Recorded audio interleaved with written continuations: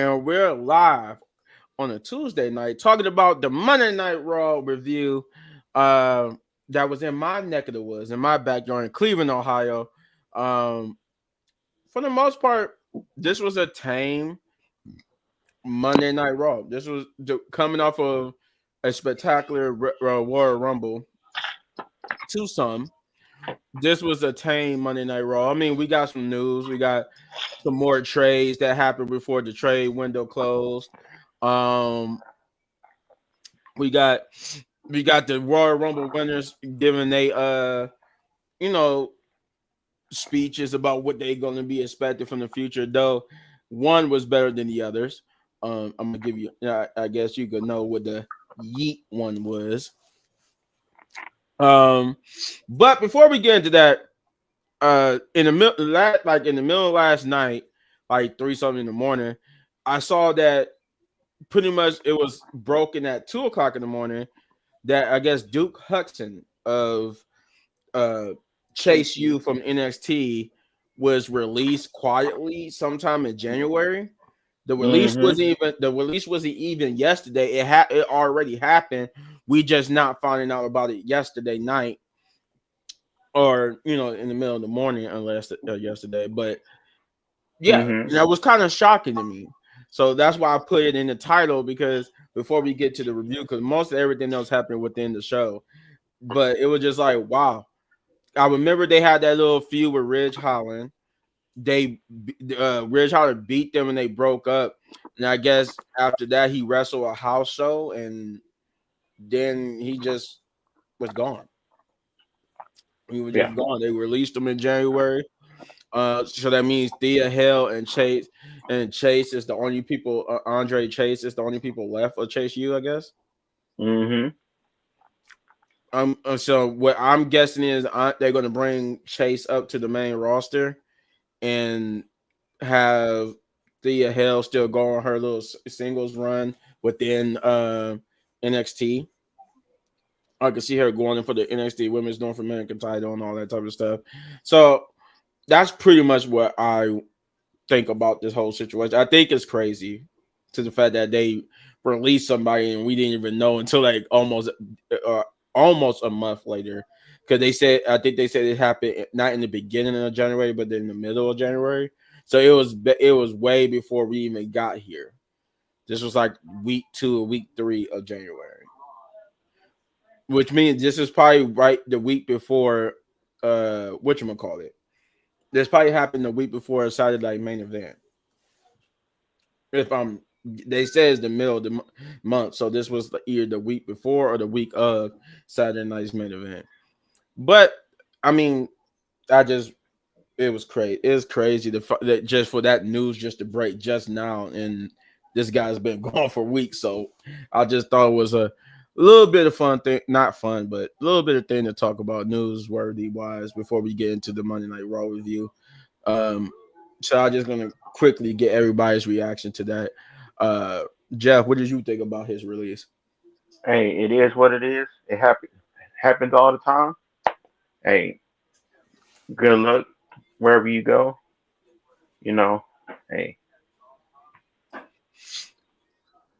short and sweet. Short and sweet. Dust yourself fall. Get back on that horse. Leo, what do you think about his release? I mean, it was kind of shocking. I mean, I felt like the way they were kind of telling some stories within NXT, from what I've seen, it looked like they're telling a story where maybe Chase U does come back in some capacity and reform. And I feel like this would have been a cool thing to see play out on TV, and then having Duke be part of the whole thing and see what he does with this new revamped version of it. I feel like they're telling the story because they tease this. Now, I've seen Chase U, but probably will be coming back, but I think it'll have a new not leadership, but like new members to an extent. Because if you look at on NXT a couple weeks ago, they were doing a segment with Chase U, and looked like he was getting a new person to be part of his team. And then it also looked in the background, you also saw none other than Kalani Jordan, who could potentially is being rumored to be part of this as well. Mm. But I don't know if that's going to be really what's going to happen because they're definitely teasing her turning heel, which I think is the end goal for her. So I don't know if I could see her being in it. But if they were to make this a heel faction, then definitely.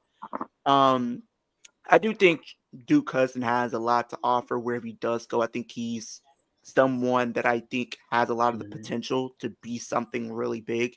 Um, just I guess it just wasn't in the cards.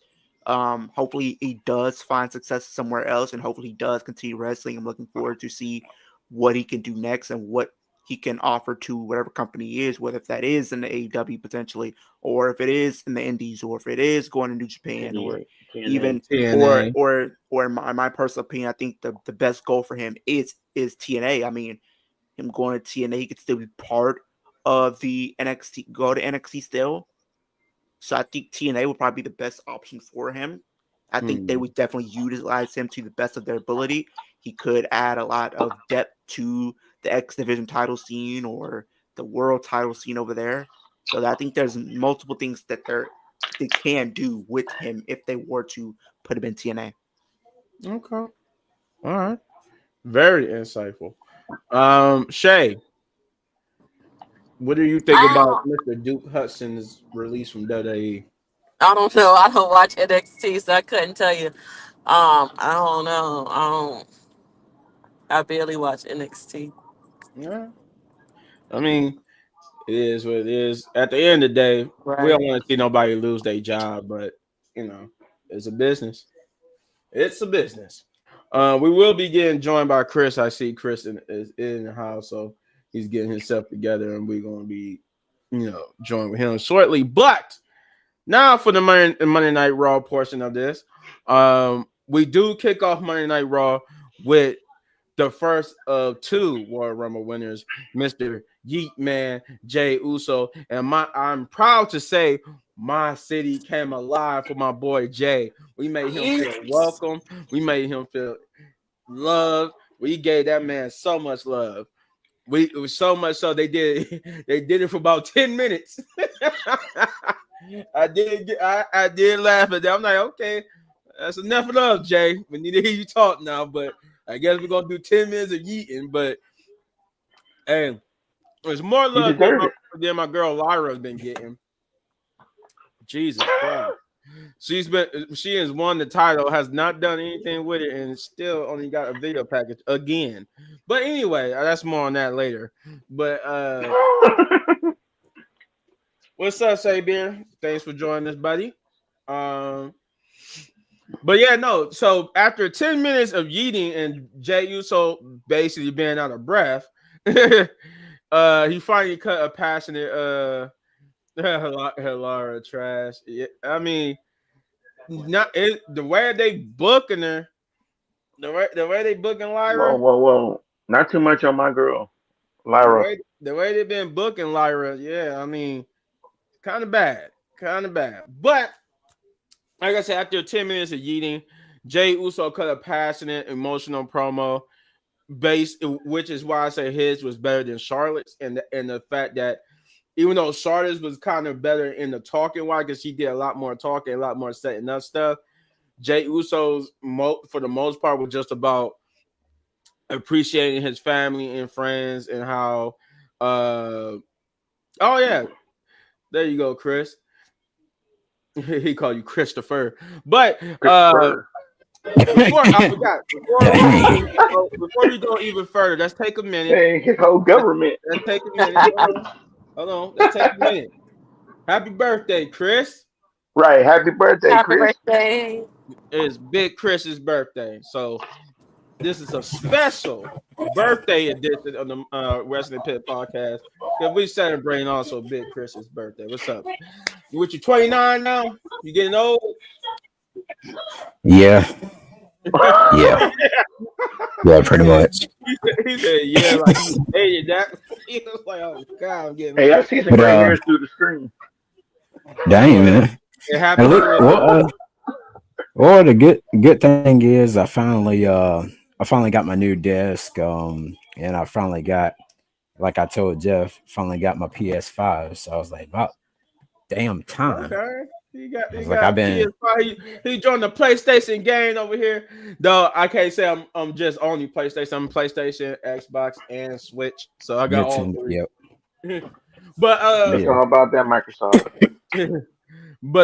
yeah, I want to take that moment to say happy birthday to Chris. But now, yeah, back to Jay Uso's promo.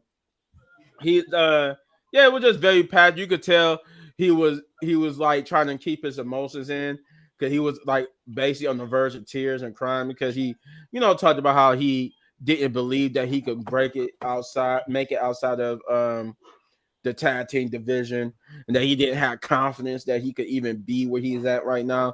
But now, after winning last night's Royal Rumble, now he do. Now he got that confidence, and he said, and guess what? It's just me, Oos. It's gonna be just me, Oos, in the main It's just event me, of you. WrestleMania. And before he could go further, because he looked like he was getting ready to talk about it could be either Gunther or Cody. Oh, God. He Good did say job. something about going to Nah, talk to nah, nah, Cody, but nah. he would get interrupted um by Gunther, who Gunther basically came out and trashed all over Jay Uso's Royal Rumble victory. He said if it was John Cena, if it was CM Punk, Roman Reigns, any of the other guys that would have won, he would have felt inspired. He would have felt something of value to it because then he would have something in it for him. He'll be able to prove that he's the best amongst the best. But with Jay Uso winning, he said he don't. It's nothing.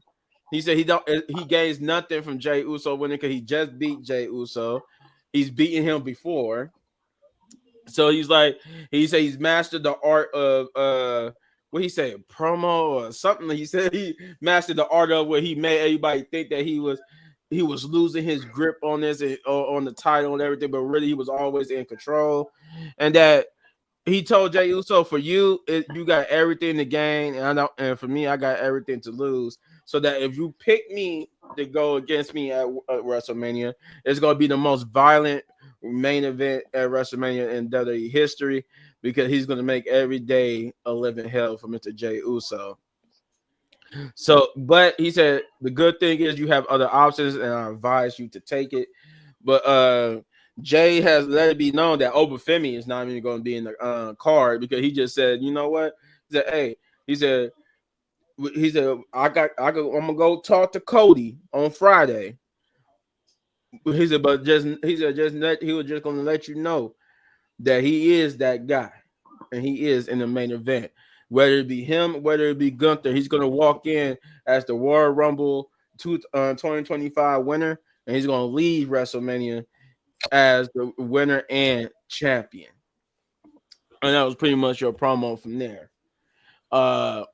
Great promo. Like I said, this was better than Charlotte's because even though it wasn't a lot of talking as much as Charlotte's was, it was more well received. The audience didn't really almost boo Jay out the building.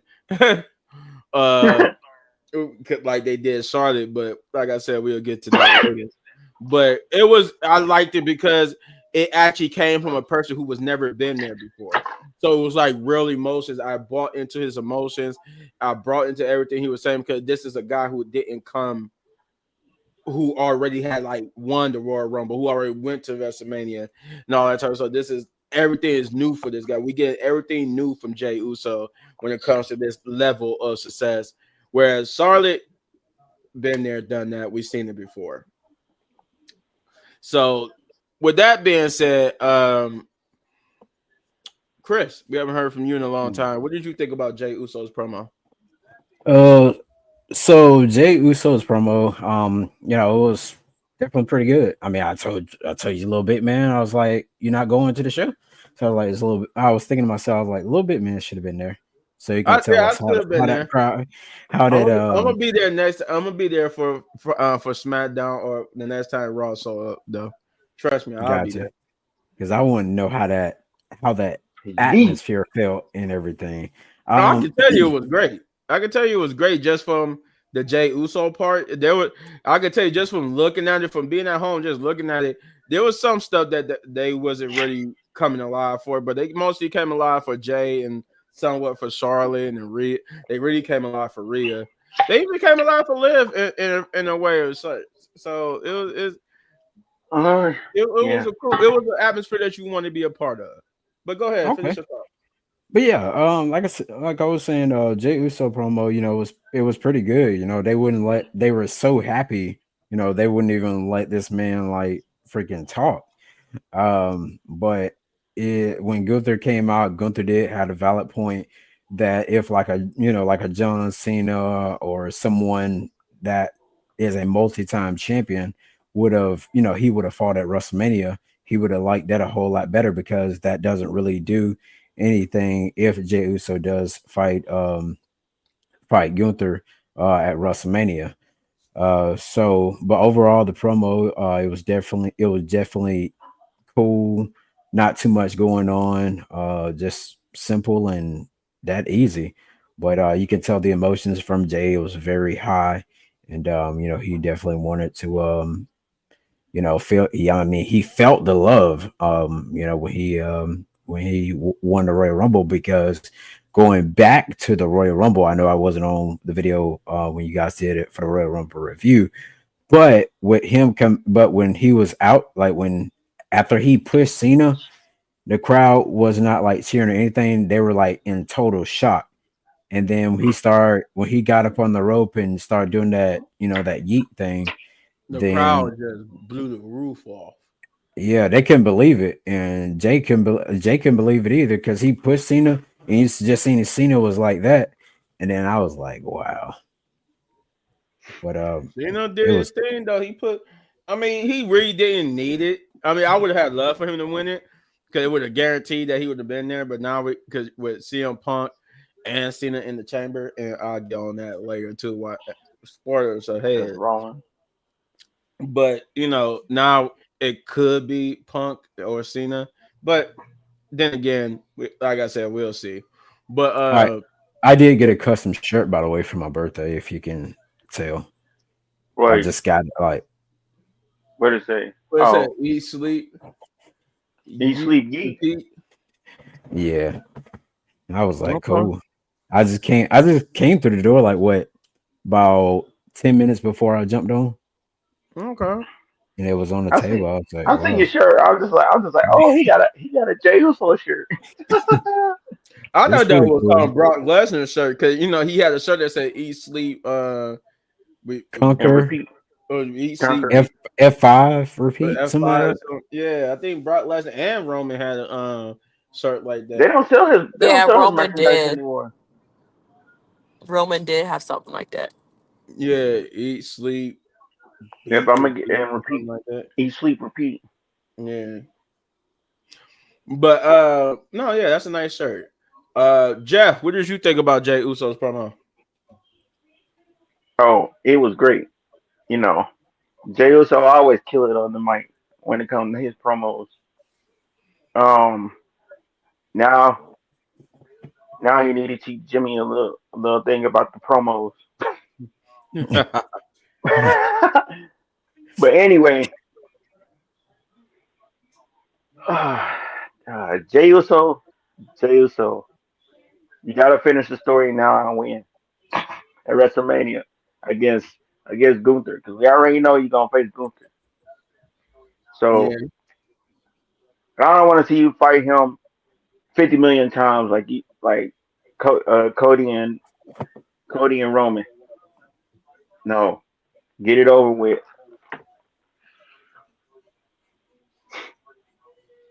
all right, all right. Shay, Wake what do up. you? Well, yeah, I'm up, baby boy.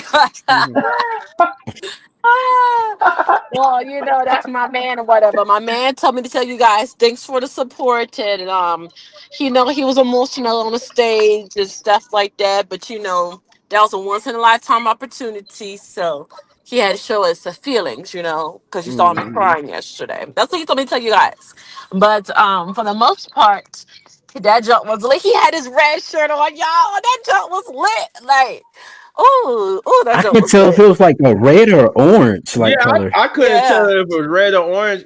I it was didn't bright. realize it was red until he did that promo later on with Sammy. Yeah, it was. That's a bright. I'm surprised he did red. I thought he was gonna wear his pink, but I like how they have different shirts for him. But I mean, I can't wait to see this WrestleMania fit. That's what I'm waiting on because he had a new pants on for Royal Rumble. Y'all saw that, right? It was white Yeah. and pink. That jump was fire. Everybody had on pink though. That was weird, but that jump was fire though. His promo was really good. But Gunther, he always got to come out there. His petty ass. He gets on my nerves. But I can't wait. I can't wait for my man to fight because it's gonna be fire. Yeet. Yeet. So like Roman said, yeet. Yeet. Yeet or no yeet. You know the one thing I forgot to mention about the Royal Rumble? That Roman was being a babyface in the Royal Rumble. I forgot that whole spots where he was like he was helping Penta do like spots in the ring. Like he Yeah. was letting him do that stuff. I was like, oh, I had forgot all about that what we did our review. I'm like, oh my god, I cannot believe that. But yeah. So then we get to the first match of the night, which is Ludwig Kaiser versus Penta, which is why I bring up Penta. Ludwig did cut a promo about how he's angry / jealous of Penta because Penta comes in, gets the pyro, he gets all this stuff that he deserves, and all this type of stuff. So he's going to destroy Penta, right? And they pretty much had a decent match. It was a good match between the two. I think this is like the It wasn't second better than time. it wasn't better than his. No, it's his first time. Oh, this was the first time we seen Penta and Ludwig. I thought this was the second time. I don't know. I don't know Mm-mm. why I thought they went together went against each Because the other. first because the first time it was him and the best match he had, which was with Chad Gable. Okay, Second yeah, time it then was with he Pete done, Dunne. and then Nas Pete Dunne did Ludwig. okay, and then look at That was he trash. did okay. Yeah, I like the Chad Gable one a whole lot better. Yeah, Chad Gable one was a lot better, but this wasn't bad either. It was alright. It was It cool. wasn't bad. I like Ludwig Pete Dunne was a Kaiser's little bit character. better. He brings a certain cocky arrogance to him that makes you want to punch him in the face. So Tweety then bird. but when you think about it, it's like, well, that's what he's supposed to do. He's supposed to make you want to punch him in the face. So I guess he's doing his job. Yeah, But that's true. Penta is Penta. They had a good back and forth. They hit some good moves and stuff, but Penta would win by hitting the Penta driver on Yep. Ludwig Kaiser. It is called a picture. That's what I was just about to say. Because some people call Oh it no, the I did it wrong. no, Ooh. no. I'm so used to it being called the fear factor. Oh Mm-hmm. yeah. Yeah, That Yeah, well was that's what I was used they to. call it the Penta driver. Yeah, the fear factor. the fear factor. But then we get Pete Dunne, right? Pete Dunne comes out and he basically it looked like him and maybe Penta was about to get into a brawl, but no, Ludwig Kaiser just come out and just beat Penta up and to be the one to stand tall to where Pete just looking at both Penta and Ludwig Kaiser like he almost looked at Ludwig Kaiser like he didn't want Ludwig Kaiser to do that. Mm-hmm. And Ludwig Kaiser looked at Penta. What's up, Luffy? Uh, yeah, he looked at Pete looked at Ludwig like I ain't need your help with that. I'm like, Mm-hmm. so we're gonna get some type of maybe no one contenders three-way with them. I'm assuming like Yeah. for whatchamacallit, because we did get an interesting Braun Breaker promo, which might tie into this that I'll talk about later. But overall, it was a decent match, and I was entertained. Penta is gonna have a bright future for him in WWE. So nothing bad I can really say about the match. It was as good as with Chad Gable, no, but it was kind of better than the Pete Dunne one. It was better than the Pete Dunne one. I would say so far the Pete Dunne match is like the third best match he had, with the first two being uh Chad and Ludwig. So that's just my opinion. Chris, what did you think about this match? So this match right here, I would have to say it was cool. You know, like you mentioned before, wasn't better than that Chad Gable match. Um, and with Penta's wrestling, I mean, you know, it's cool and everything, but I want them to let him go. Kind of like if you've never seen him in Lucha Underground before, of how he went up in there, and he was like fighting Chelsea Green and all that stuff, whatever. Yeah, Um, I seen that. I seen like clips of him fighting like EO and like that version yeah, of Hmm. that. Everybody Yeah. said that was that version of Damage Control with EO and them and that was uh, more Chelsea that was Green. that was more like the that was like the Zero Fear type like Penta. That's the Penta that we pretty much, you know, Mm. that I remember. And so I seen some little small thing on X, because you know, guys, I be on X. I don't have IG now at all. But but I seen a picture, and a lot of people were speculating that Penta is going back to his darker version of himself. So I was like, okay, I was like, we'll see in due time. I didn't share it with y'all, but I was like, once they start teasing it a little bit more, I think that'll be the best time. And if anyone knows Penta very well, the guy down there, Mr. Leo, he'll tell you more about the dark version of Penta. What? Hold on. Before Leo get to that, Leo, what? When he gets to his turn. Oh, well, go ahead. I didn't know you was finished. Go ahead, Chris. Oh, no. I'm good. I'm good. Oh, well, okay, Leo. Says we need your opinion on that Jay Uso promo before we get your opinion on this Ludwig Kaiser and your expertise on Penta. Yeah, so with Jey Uso, I feel like, it's an emotional moment for him just because it's like he's been there for what, since 2009, 2010. So with the fact that he's Something been like here that, that yeah. long, 12 years. and it seems like he's kind of gone through different iterations. When he came in, then he became, the face paint Jey Uso, then it became the down since day one ish, then he became the right hand man. Then it's pretty much got to the point that we are at now, where Uso, he's pretty much Uso, pay his attention. own man.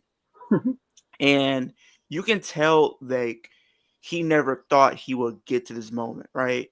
I mean, people, even I feel like it was bound to happen, right? It was bound to happen that he was going to, be at this moment right now. Like, whether if it was him winning Money in the Bank or if it was him winning the Royal Rumble. I think at some point in time we were going to have a conversation where it's he's gonna be the next guy up. So I feel like him having that moment that he did, talking about him winning the Royal Rumble, you can tell he was very emotional. You could tell, like, he was happy because it in his mind it's like, oh, I'm finally here. It's finally my time. So I got to give props to him. I think it's gonna be really interesting what they're gonna do with him heading into Mania, um, and him finally getting to competing for that world championship, regardless of for what it's going to be.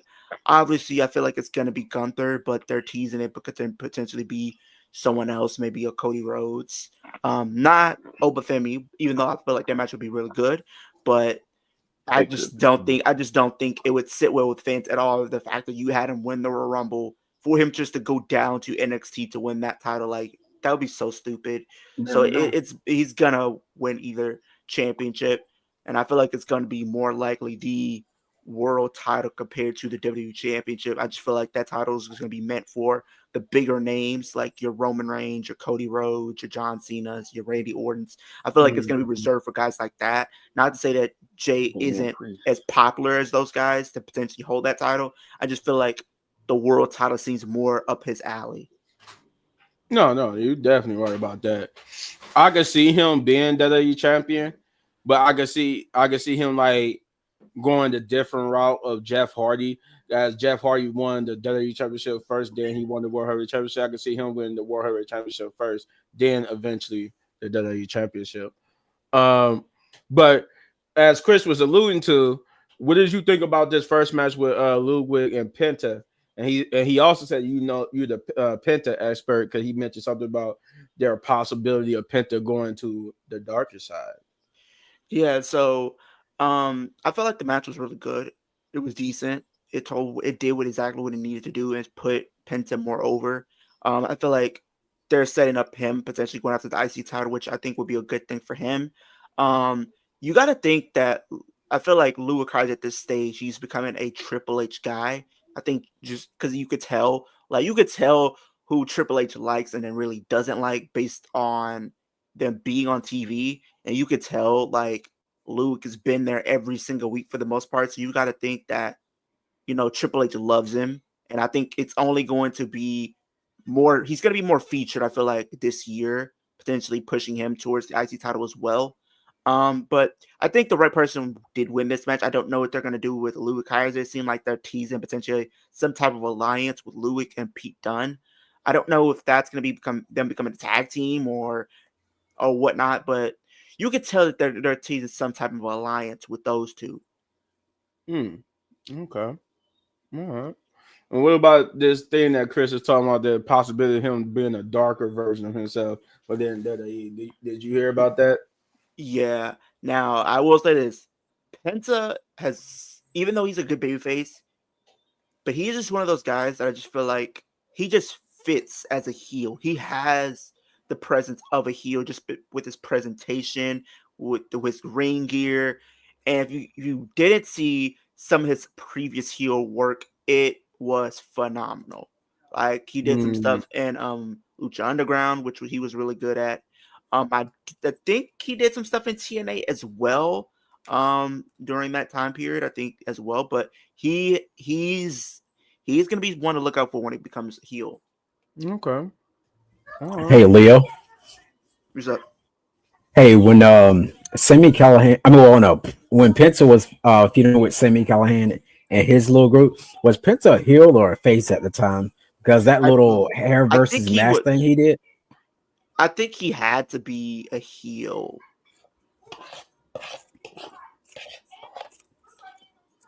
Because that right there was real interesting with him when he was just like he was just taking Sammy Callahan guys away, and then after that he just appear up behind them and like want to do the mask versus hair mask, and it was actually pretty cool.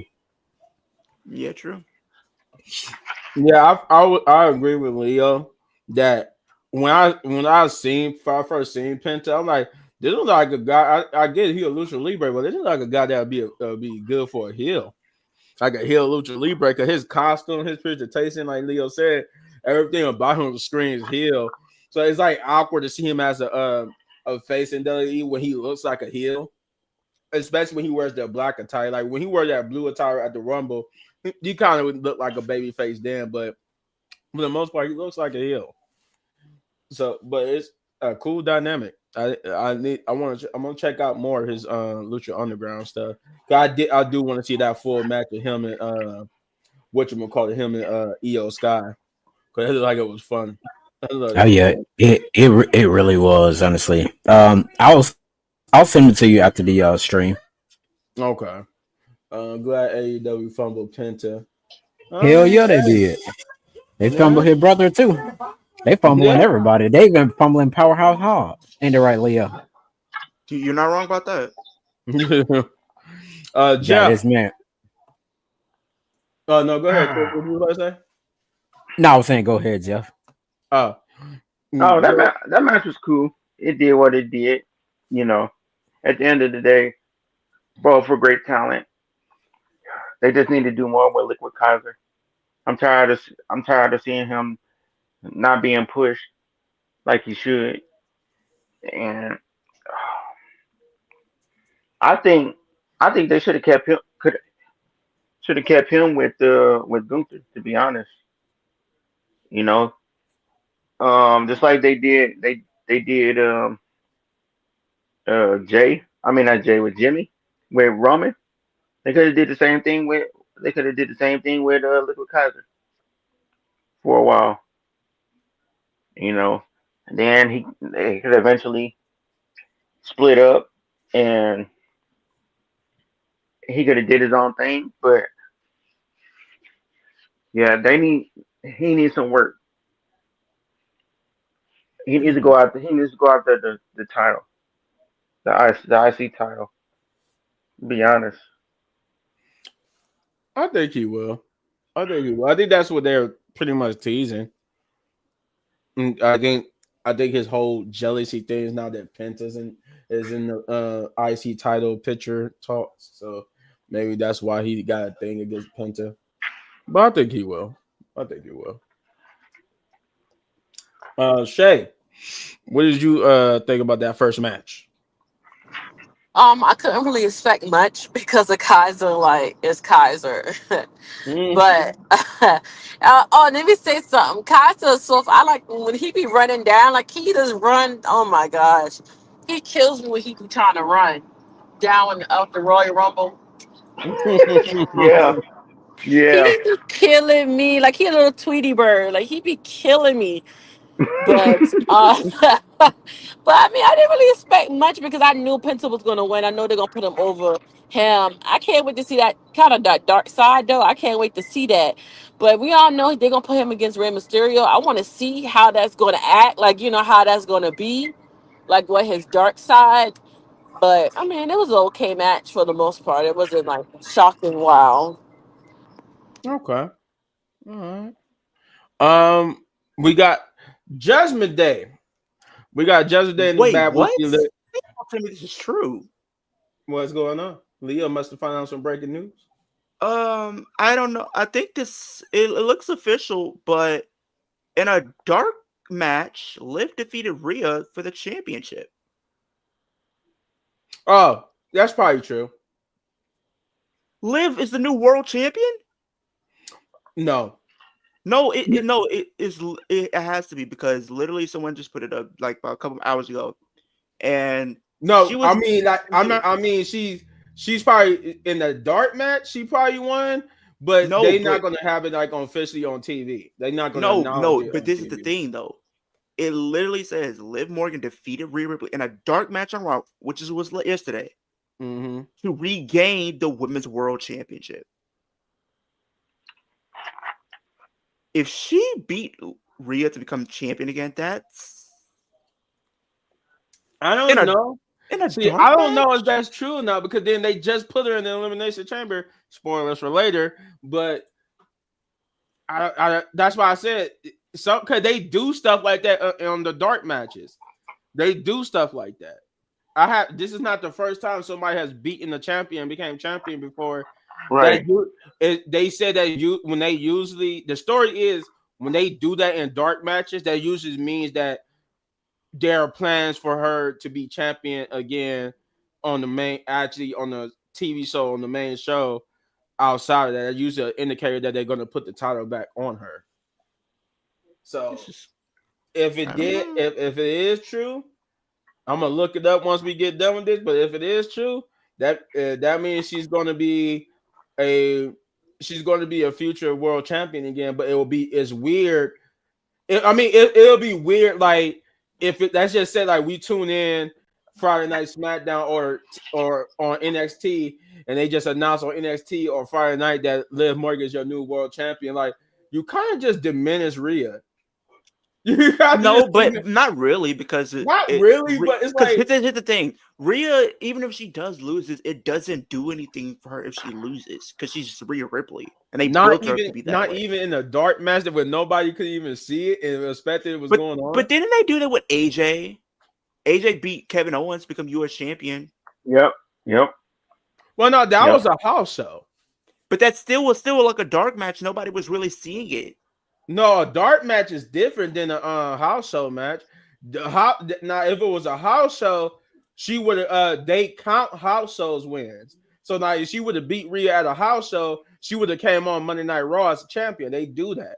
They don't do it for the dark match. The dark matches are just like a match just for fun for the fans before they leave and go home. That's what a dark match is. That's just for fun. I gotta look this up apparently because Is it they really should take advantage of the dark matches? It would keep storylines fresh and make TV better. I mean, yeah, that's true. They should. They should. They don't do many dark matches. Like the both of the times I went to Raw and Smack. No, I've just been to Raw, never been to SmackDown. Both times I've been to Monday Night Raw twice, and I never seen a dark match. Every time they do a dark match, is always when I'm not there. yeah, this is her attire from last night, and she has had the championship.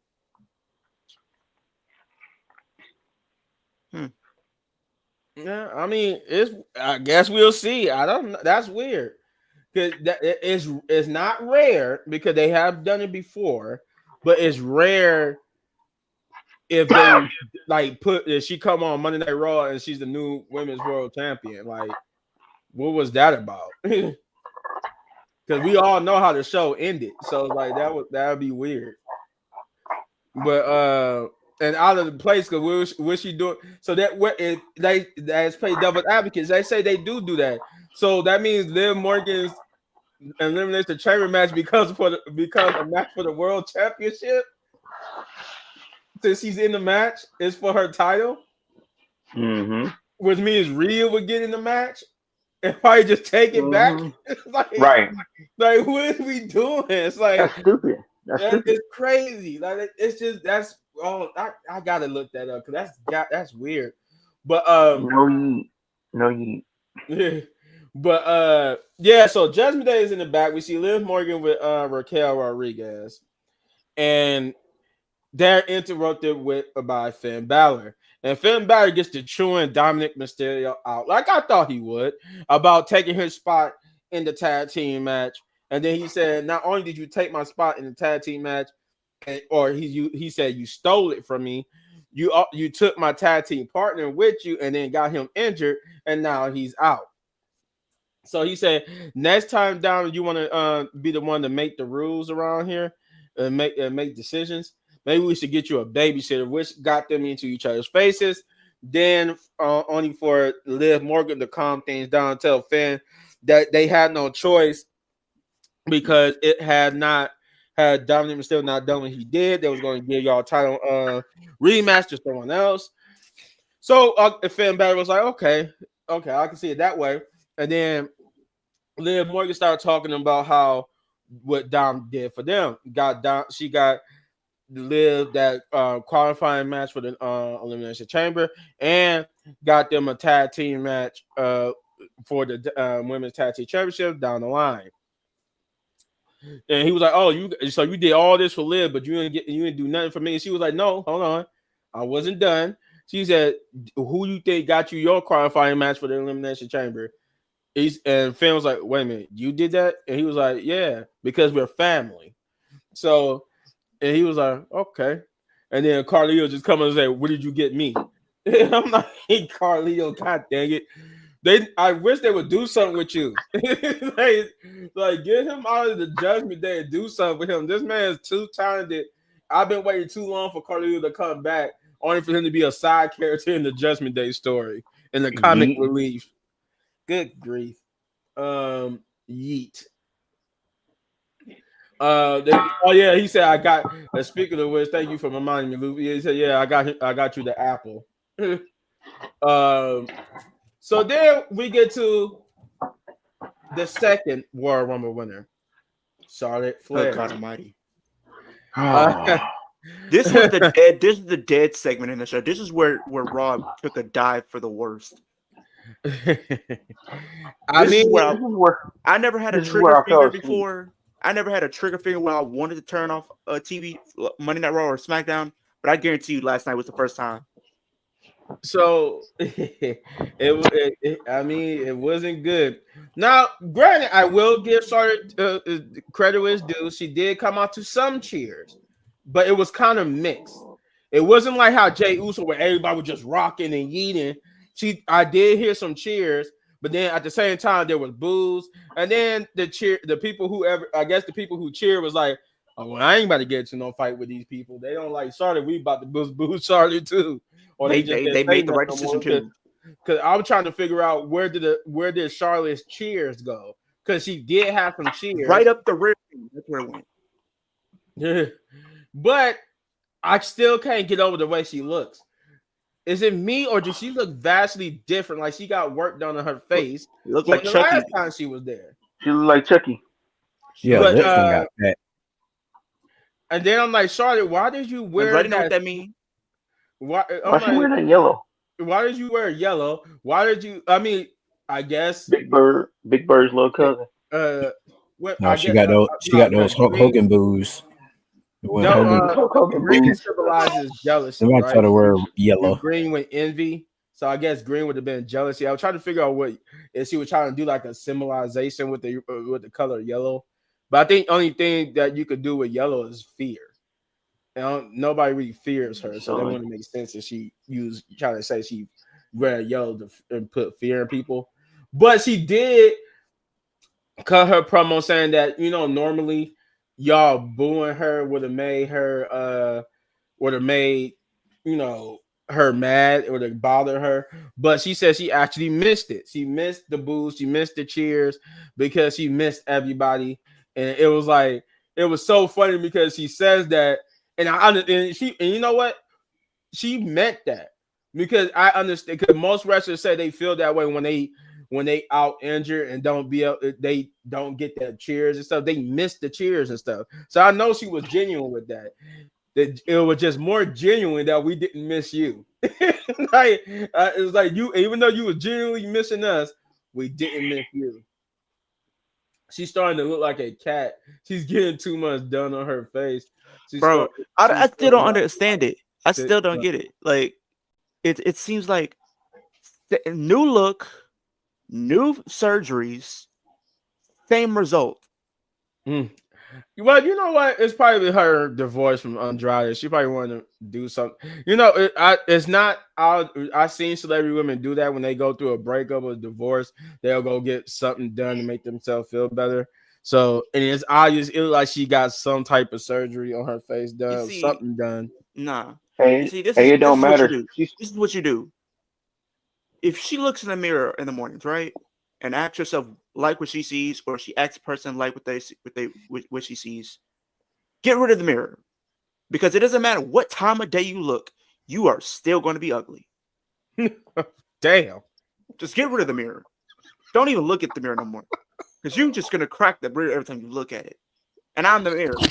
Shit. Hey, you know what? Damn. Damn. But I will admit, when she first burst onto the scene, when I first seen her, she was gorgeous to me. I just don't like what she did. And then age happened. I don't mind the boob surgery, but when she started messing with her face, that's when it's just like, you can't beat Father Time. She can't beat ugliness either, but apparently she lost. Yeah. Y'all ever heard of no ass at all? Have you heard of what? Hold on. Wait one second. I'll be right back. She doesn't like what she sees in the mirror. Yeah. No, she don't. I guess no. It's not that she doesn't like what she. It's just the mirror doesn't like what they see. What's being reflected. She looks just like her father, so she had to, old and get the wrinkled. surgery to change it up. To look like a bear cat. A bear cat.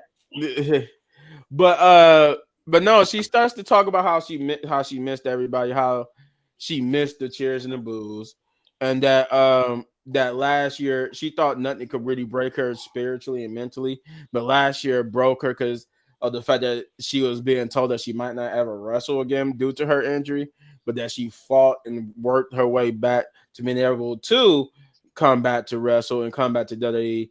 And I'm like, that was cool. And I'm not, you know what? I like that part of her promo. It was just the fact that she did when she followed up with, then she worked her way all the way back to the Royal Rumble to win it. And I'm like, that's where we disconnect here, Charlotte. This is where I gotta agree with my hometown people here and boo you. I'm glad that you worked your way back. I'm glad that you're able to wrestle again. I love that for you. I just don't love that you came in and took a spot for somebody who really worked hard. There was a lot of women who was working hard to get that opportunity. And the moment you're clear to come back, they pencil you in as the winner of the Royal Rumble. I don't like that. Now, now was it, if it was Bailey, would I have liked that Bailey went back to back? No, I wouldn't like that Bailey would have won it. It needed to be like how we did the men's. It needed to be someone like Roxanne, someone like Liv. Even though Liv has been champion, it would have been the first that she was champion at the main event WrestleMania. It would have been the first for an NXT superstar to come in. I think we need to do that, like an NXT superstar on her way up, actually win the Royal Rumble and have an opportunity to go to WrestleMania. I think we need to start doing first time things with the Royal Rumble to make it fresh and interesting, because the way how we did it this weekend was kind of interesting and fresh. We got a brand new winner in Jey Uso. I wouldn't have minded Io would have won. Yes, I see you, Luffy. I wouldn't mind her is Io would have won. Like it just didn't need to be Charlotte. But I digress. And she talks about she says that whether you boo me or cheer me, she loves it all, and that she's back for the fans. She's back to go to the back to the top. But she would get interrupted by Rhea Ripley, who came out and showed her respects to Charlotte, and told her to and asked her to choose her because she would I think she did at one point. I can't remember what she said, but it did when she was just talking to the fans. She did at one point make almost like a heelish, like her usual heelish promo, but then she turned it right back into a babyface one. Yeah, that's what I'm talking about. Sabier, an NXT person winning the Royal Rumble would make it very interesting, because that means if they choose one of the main roster champions, that's an automatic call up. But if they choose an NXT superstar, once again, put an NXT superstar in the main event of WrestleMania. But yeah, so in the middle of that, Rhea comes out. She even tells Rhea that I was trying to have a moment with the fans here in Cleveland, but go ahead. And that's when she paid her respects to Charlotte, so that she respect her, and that and she reminds her that the last time they went against each other, that Rhea beat her, but Charlotte was like, yeah, that's true, and I make no excuses for that. But the last time I remember the time before that, I beat you. So technically, yes, not technically, they won. They beat each other both times at WrestleMania. So it is a story there. It is a tiebreaker that needs to be broke between them, but I don't want to see that anytime soon. But she bet the first time with respect to pick her, but then once and then she reminded her that I was a kid then when you beat me. I was just a kid, but now things have changed. This is my show, so please pick me, and I will gladly beat you again. But this time, Charlotte, she turns it on Charlotte on Rhea by Charlotte saying that I wanted before you came out here to jump the gun to say that she was going to go to NXT tomorrow. She was going to go to SmackDown because she wanted to feel inspired. She wanted to feel like she wanted to feel something for these different challengers. But you jumping down here and jumping the gun shows me one thing, that you still that kid. And then this time she said, you know what? I respect you, but clearly you don't respect me as much as I respect you. So please choose me, so I could beat the respect in you. And thus that ends the promo between the two. Like I said, this wasn't as good as Jey Uso's because of the fact that I didn't really want Charlotte to be here in the first place. As a winner of the Royal Rumble, maybe in the mid card division, I would accept Charlotte in the mid card division, just not in the main card division, because like we're relying on people who's already established instead of doing someone new. But that's a story for a different day. Overall, it was still a decent promo, and it did what they needed to do because Rhea was there, Charlotte was there, so they try to plant the seeds of maybe how the fans would feel for Rhea Charlotte too. And I could tell you, nobody wanted to see that. The only Rhea got the pop because it's Rhea, but when you could hear the crowd, you could hear the fans when they were talking and teasing the possible Rhea Charlotte too. The fans was not loving it. The fans was not loving it at all, and I'm not loving it either. I'm not, because we could get a Charlotte Rhea too. We could get a Liv Rhea 2,000 times and finally give Liv a moment. But it is what it is. It is what it is. Decent promo still, thanks to mommy. Mhm. But Jeff, what did you think about it? Oh man.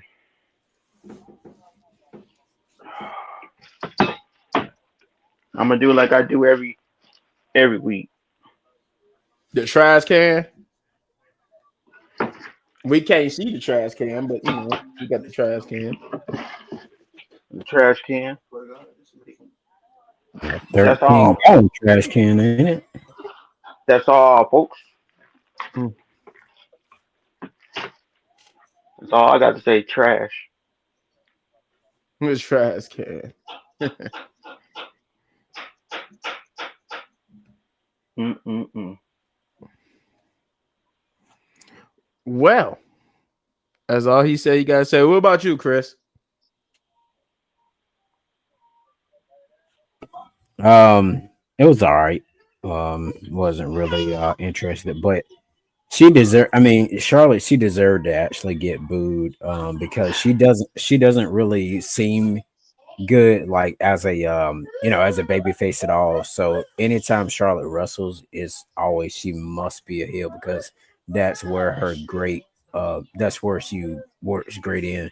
Being a baby face, it's really nothing. So I definitely do want to go back and go with the Rhea and Charlotte thing once again because as I was telling Jeff earlier this morning, that it has history into it versus, let's say let's do her and Tiffany.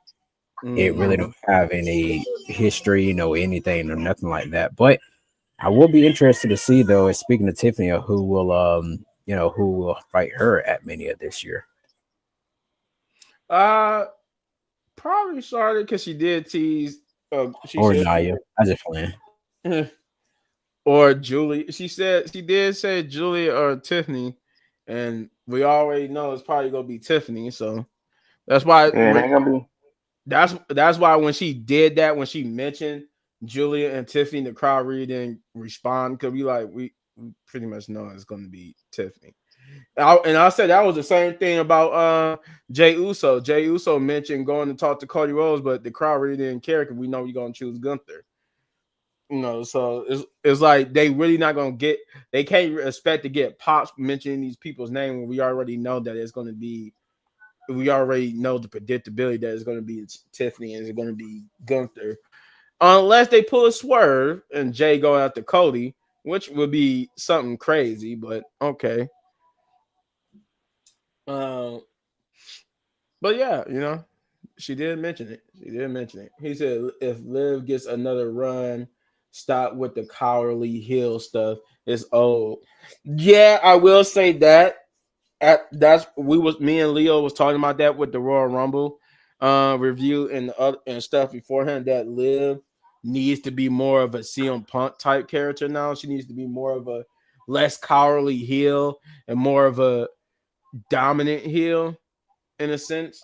That's why we said she need to go on an attack, and we did kind of get that tonight. She did kind of do what we wanted her to do, and we did get the results that we wanted. But you know, I would still like for her not to be a cowardly heel when it comes to running away from Rhea. So it is what it is. Leo, what did you think about Miss Charlotte's promo?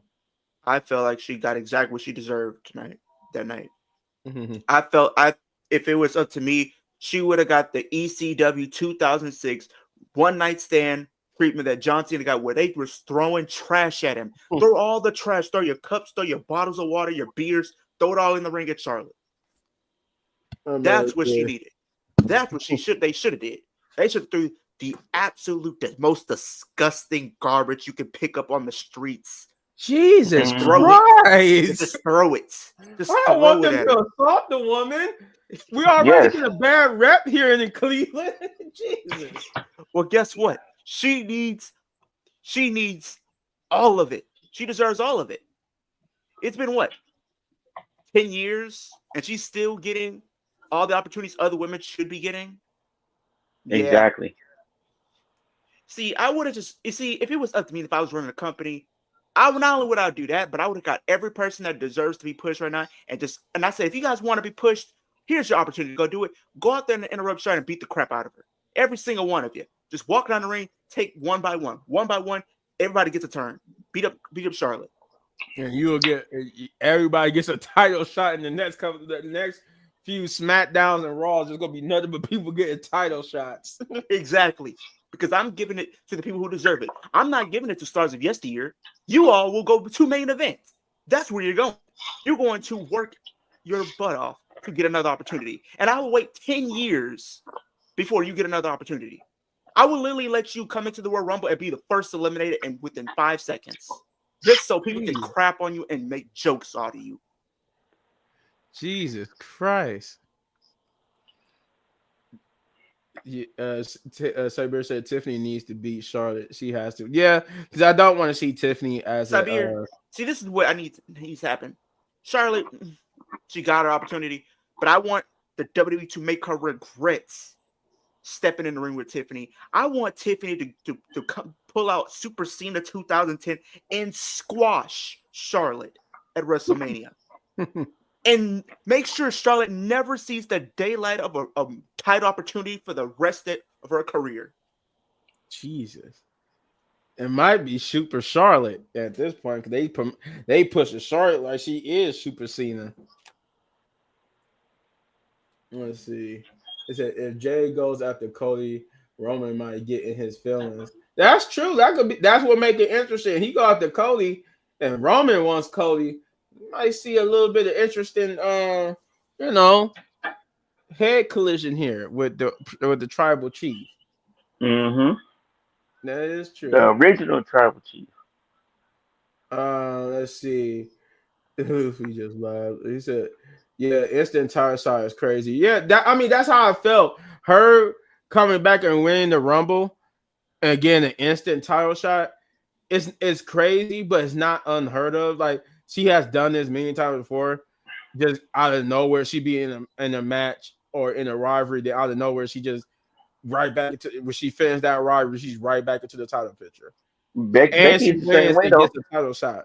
So it's like, yeah, no, it's like it's, and I get it. Triple H, I get it. Ric Flair is the person who believed in you, so you want to take care of his daughter. But at some point, we gotta stop with the nepotism. We do. But Sabier does have a good point. It's not Charlotte's fault. He said, "LOL." Blame management. And you know what? And that's what I do. I blame management. I don't blame Charlotte. I blame management because not management is putting her in these positions to succeed and not putting other people in the position to succeed. I always blame management. I blame management for both the men's and the women's when somebody who should be succeeding not succeeding. Like LA Knight at this point should be at least a person that we could believe in that could take a title from Cody or the Gunther. And we still working him through the mid-card division. I blame management on that. I mean, I blame management too, but Charlotte's just irritating. I can't stand looking at her on my television screen. Like at this point, she always have. I just really hope it gets so bad that they have to take her off television. I really hope this is what we're getting right now. I really hope it gets so bad WWE has to give her opportunity and pivot. I swear to you. Because it's not gonna. WWE is the women's division. It's not going to get better as long as Charlotte's there. It's not going to thrive. It is not going to lead other women getting opportunities as long as Charlotte's there, because Charlotte is going to hog all the opportunities. And unless a woman comes up one day and says otherwise and tries to put her down, it's not going to change anything. We're going to continue to get Charlotte every single week. And it goes back to what I said. If WWE was really trying to promote and put new stars in the forefront, they would have done that. And how will we know they've done that? They wouldn't have had Charlotte win the Royal Rumble. If they were really invested in trying to create new stars like Io, like Liv, and Alexa, one of those three would have won the Royal Rumble. Charlotte wouldn't have not have won that Royal Rumble. But it just goes to show that they still have that same mindset that Vince McMahon has when it comes to Charlotte. Charlotte's always going to be in the title picture. Charlotte's always going to get the main event spots. We're never going to see anything different. When was the last time we seen a new star be put on a WrestleMania? You can go back to the last few matches that we have had since, what, 2016? Go to 2016. Who was in that one? It was Charlotte, it was Becky, and it was Sasha. Go to 2017. It was Nia, it was Bailey, it was Sasha, and Charlotte and Bailey. Go to 2018. Sasha and Charlotte. I mean, not Sasha and Charlotte. Charlotte and Asuka. 2019. Charlotte, Becky, and Ronda. 2020. Charlotte and Rhea. And I still think Charlotte should have never beat the streak, but okay. Yes, and then go to 2020. Charlotte and Rhea. 2021. And Mickie James was 2017 too, because she beat Asuka, Nia, and Mickie James was feuding too. Exactly. And then you go to 2020, what, 2? It was literally Charlotte and Ronda again. Charlotte and Rhea 39. It's been Charlotte every single WrestleMania when it comes to a title picture. Are you guys not seeing the problem? I would to answer your question about I think Rhea was the last new superstar they put in a WrestleMania match. But what I'm talking about, like wrestlers that give you underdog vibes. When was the last time you seen that? That was Rhea. She was the underdog compared to Charlotte. No, she was literally the dominant one compared to Charlotte. But she lost. Charlotte lost, but if you think about I'm talking about Rhea. Rhea lost. At WrestleMania 39, she beat Charlotte. Yeah, no, she beat Charlotte the second time, but that first time she won. Charlotte beat her. Exactly. But still, here's the constant thing that I'm trying to get everybody to understand here. Charlotte has been in the title picture every single time.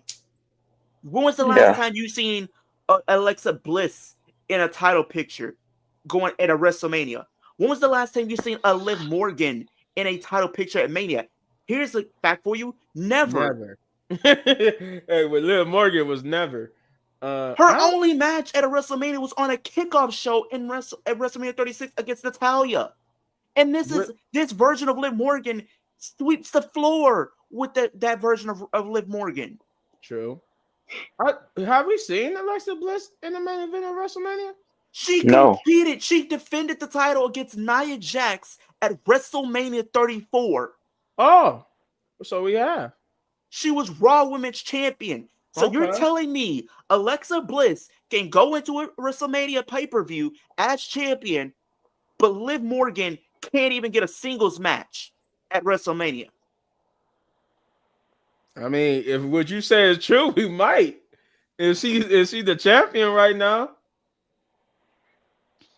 I don't know.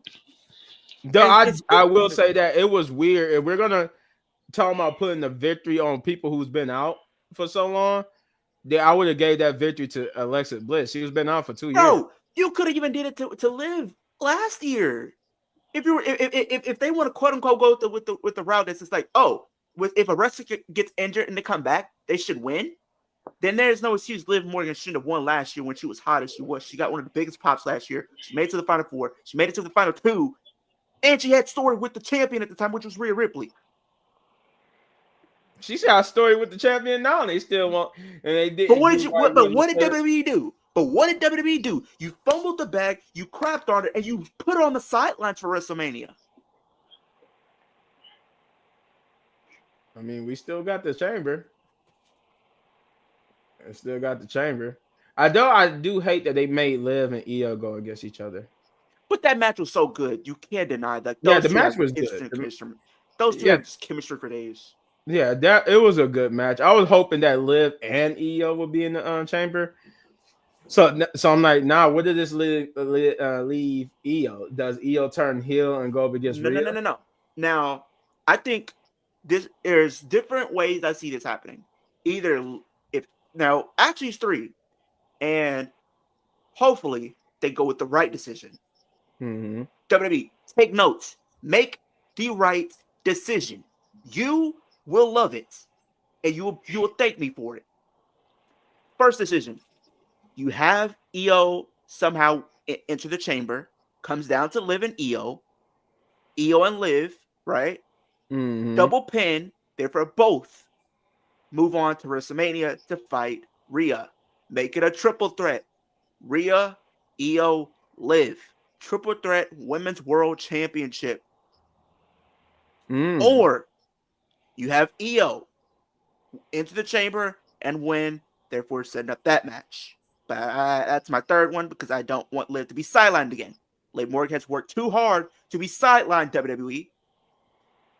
Or Io does not make the chamber. Therefore, Liv wins the chamber. Liv gets her title back. Liv punishes Rhea Ripley and put her in the dirt where she belongs. You know what? If Liv wins the chamber, I could see them doing like not taking Liv's spot from her, but if Io beats her because of the way Io lost, if Io beats Liv, then the match at WrestleMania becomes a triple threat match. I could see that. That would be the better option to me. That's the better option. That's the better at least option. He's in. But it might not be it's still not a one-on-one, but at I'd least rather her be in a title picture, like a world title match, than her not being on their chair. I'd rather Liv win Queen of the Ring and headline SummerSlam. But that's the thing, though. That's the thing, though, Sabir. They will let her headline a SummerSlam, but not a WrestleMania when they're still technically your big four pay-per-views of the year. He said, dang, Charlotte headline more Manias than Hogan, LOL. Yeah, he said, you go, girl. Yeah. No. Don't applaud that. Don't you go her. Don't go you. No. You stop that right then and there. That's true about LA Knight. That's true. He's not being pushed down our throats, but I would like him to be pushed a little bit more. This is literally worse than Roman. Clear the ring and headline. Yeah, I mean, yeah. But that's the thing. They always let her headline the summer pay-per-views, but when it comes to WrestleMania, they don't want her anywhere near a singles match. I mean, but see, that's the thing, say Beer, when she did headlines Survivor SummerSlam last year when they was here. So and then what was it, 2022? 2022. She headlined that SummerSlam too. It's like you'll put the title on her for SummerSlam, but you can't put a title on her going into Mania, and you can't let her win a championship at Mania. Yeah, we can't enable her. No, we cannot enable the Queen. Oh, I did. I disabled the Queen. Disable engaged. He said she's the queen, dude. Love it. She's the princess, okay? And Liv will put her in her place. You know what? Either way, I do want them. The one thing I will say, I do want them. If Charlotte beats Tiffany, I do want to see like a Liv and Charlotte victory. Now, I just thought of something. We need to bring that story. We don't know. Here's the thing: we don't know which title Charlotte's going for. With they teased it last night, I would not be surprised before Chamber, Charlotte picks Rhea. Charlotte picks Rhea. We get the best of 3 at WrestleMania. Now the match at Chamber becomes who faces Tiffany at WrestleMania. Liv wins that, moves to SmackDown, maybe beats Tiffany, and then coming out of it, maybe have her and Alexa as the first feud. Yeah, because Wyatt is on SmackDown. It's a possibility Alexa does go to SmackDown. I know according to PW Insider, it might be her going to Raw, but it's not confirmed. They didn't confirm anything because if they did, they would have said something last night when they were talking about the AJ stuff and everything like that. So given reason to believe she might be going to SmackDown. So we know Tiffany and is the money match, Leo. I'm not naive. I just don't care to see Charlotte in another WrestleMania match. I would literally. I really don't either. I would tune in because of Tiffany, but I'm not watching that match to Charlotte. Do you think really people if they're in their deepest of feelings, and I'm gonna be one of them. Do you think I'm going to a WrestleMania to see Charlotte compete? No, I'm going to No. literally see Tiffany beat the crap out of Charlotte. That's what I'm paying to see. I'm paying to see her lose. I'm paying to see her get her comeuppance. I'm paying to see her get payback for all Yeah. the stuff that she has put the women's division through. And I'm gonna be honest. If we can really start to finally see the light and start seeing the bigger picture, you will understand what I'm talking about. The women's division will not thrive if Charlotte is the one continuously getting the main event spots. We are not Oh creating no. new stars if Charlotte is continuously in the title pictures at every single WrestleMania. We're not moving the needle if Charlotte's continue to do this whatsoever. I don't care how many times you bench us up that it's not the fact. It's the reality. And then it goes back to what I said earlier. If this was false, if I'm speaking facts, if we were actually putting focus on new stars, Charlotte wouldn't have won the Royal Rumble. No, sorry, wouldn't want to Rumble at all. I could see her being like the final 4, final 2, but she wouldn't have won it. No, they would have used her to put like they did John Cena to put somebody else over. But it wouldn't have been, it wouldn't have been the way it went. But Shay, I know this is your girl. What do you think about it? Oh, she just left. I was just calling her. Let's see, me either. But that's what's best for business. True. It is what's best for business. Need Tiffany to drop Charlotte the way Kevin Owens did to Sammy. Yeah, I would love to see Charlotte get package power drive. I would love for that. Charlotte didn't help the NXT division when she was there either for a couple of months. Yeah, that's true. That's true. Wait a minute, Xavier, are you talking about that time when she chose Rhea when Rhea was NXT champion? If that's what you're talking about, yeah, she didn't help the NXT division at all during that particular instance. But you said yes, okay, I figured that's what you were talking about. So then we get the backstage promo with Sammy and Jay.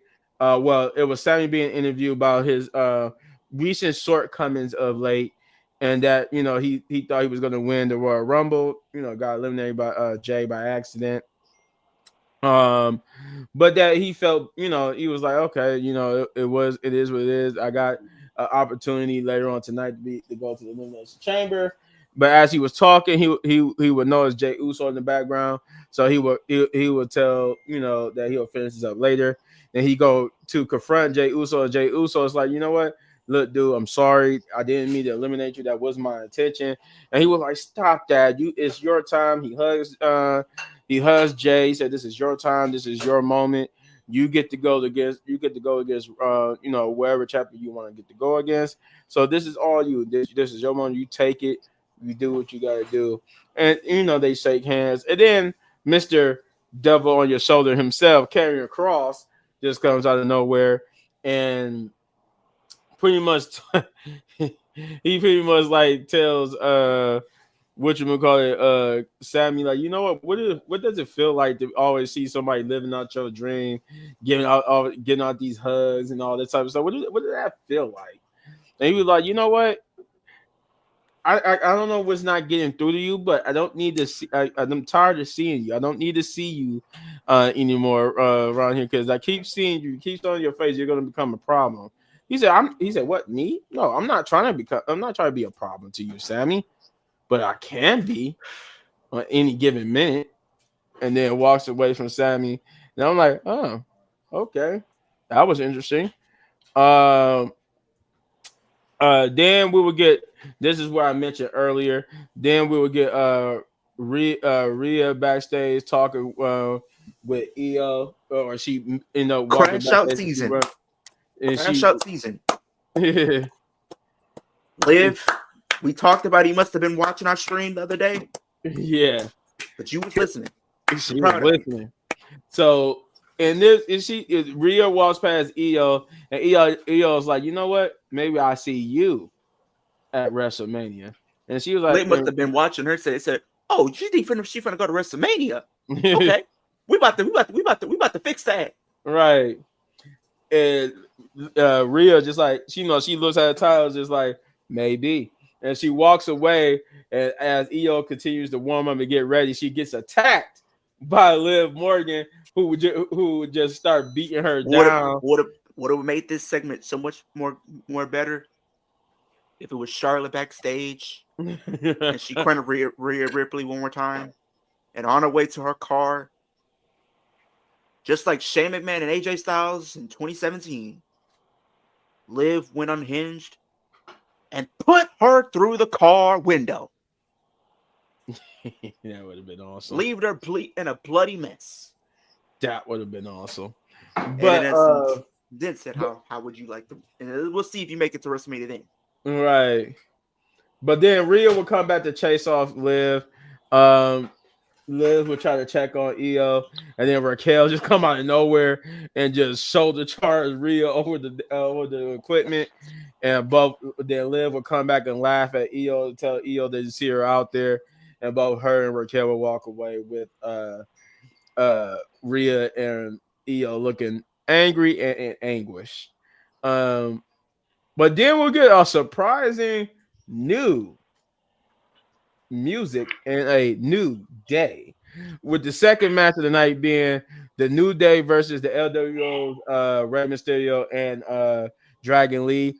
And I gotta admit, that New Day music, that new music is hard. I like the graphics for it. I like everything because now it's still New Day, but it's like a dark New Day. It's like they dark and stuff. And I like the little solar eclipse sun and all that type of stuff. And then like Kofi Kingston and Xavier like in dark shadows with glowing blue eyes and stuff like that. So it was cool. It's cool. I like it. Then I like that it got a hip hop beat to it. It was giving me anime vibes. Huh? It was giving me anime vibes. Yeah. It had anime vibes for sure. I think they even have I think they on their gear they had Japanese wording too. I think it was Japanese. It was. Yeah. So it was cool. It was cool. I like it. I think even Xavier had the Majin Buu M on his ring gear too. So I like that. It was on his knee pad. So I was like, oh, that was cool. So yeah, he's definitely giving you dark anime heelish vibes, and I like that it was like a hip hop beat and stuff.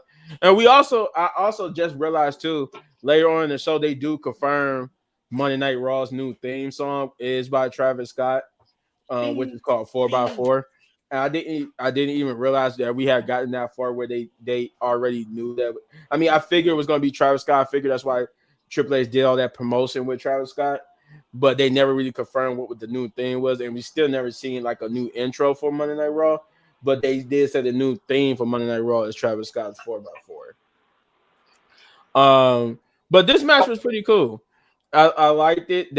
This match was probably one of the longer matches of the night because this wasn't a short match by any means necessary. What's up, Timmy the Racist channel?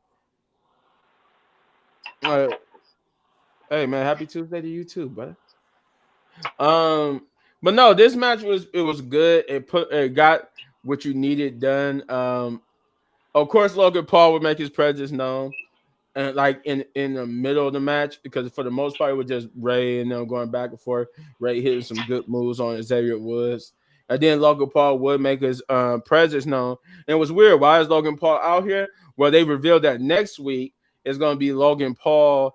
And even though for one, it was Cleveland, Ohio, so it was Logan Paul's hometown. So of course he was going to show up. But more importantly, they teased that next week is going to be Logan Paul versus Rey Mysterio in an Elimination Chamber qualifying match. That it was only going to be 2 qualifying matches tonight or last night, which is Liv Morgan versus EO, CM Punk versus Sami Zayn. But that's why Logan Paul was out there doing the match. I guess the match with Rey Mysterio and to be a dickish heel. Um, but yeah, for the most part, the match was good. I mean, Xavier and Kofi did pull out some heel tactics.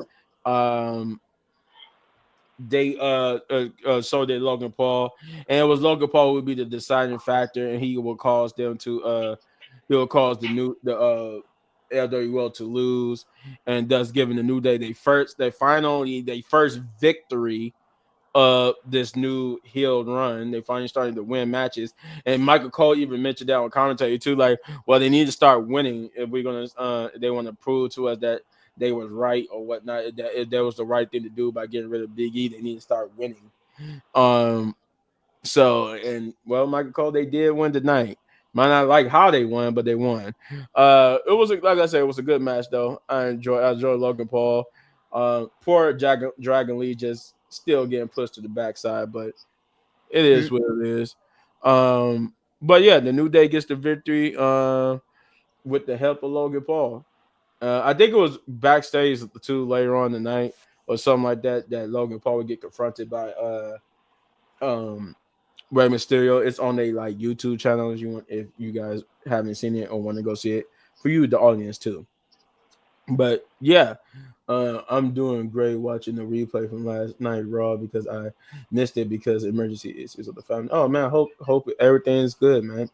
Hope everything's good. I hope everything gets better for you and the emergency resolves in a wholesome fashion. Um, but Jeff, what did you think about that match with the New Day? It's It the was cool. Day. It was cool. They need to do something better with the New Day, to be honest. Like, Yeah. if they want them to be a heel, then they need to start winning more matches. I'm gonna keep saying it until they do it. I Like, mean, what they did last night was the first step that they could yeah, have done, but Yeah, they that was need to the do first more. step. Yeah, last Because night was the first step. I do think if we're trying to make them heels, I would not be surprised if they're the ones to take the tag titles from Viking Raiders, whether if it's now or at WrestleMania. yeah. Hmm. Yeah. Well, go ahead, Jeff. Finish what you gotta say. But so far, I think the New Day turning away from all the the different colors and all that. It's great, but yeah, like I said, they need to have more wins, and I see that's what they're kind of going. But at the same time, it's just like New Day. If you want to be in somebody else's business, you know, fix your own first with your family. Ah, that stuff with their families is just like it's crazy. But hey, that's what heels do. Yeah, yeah. I still think it's a great thing that the one thing they trying to do different with the New Day being heels is that even other heels don't like the New Day. So I think that's like a fresh take on being the heels that you could do something so bad that even other heels don't like you.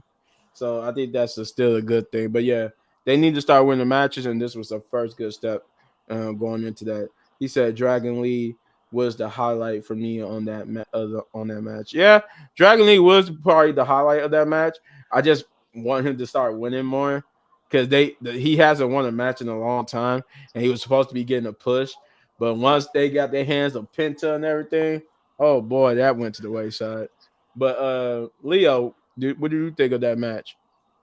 I thought the match was solid. I mean, they did get over what they wanted to in the sense of having the New Day be heels and having them get the win by any means necessary.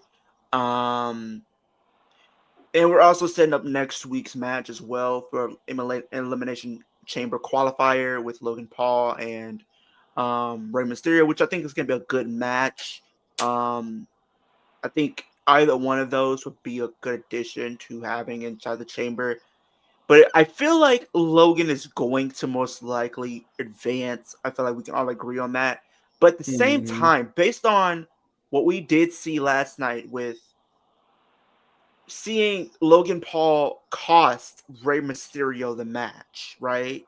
Mhm.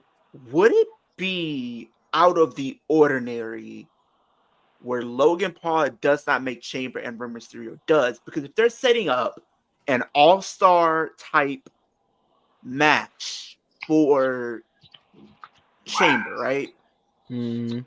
How cool will it be if you have people like CM Punk, John Cena, Rey Mysterio, Seth Rollins?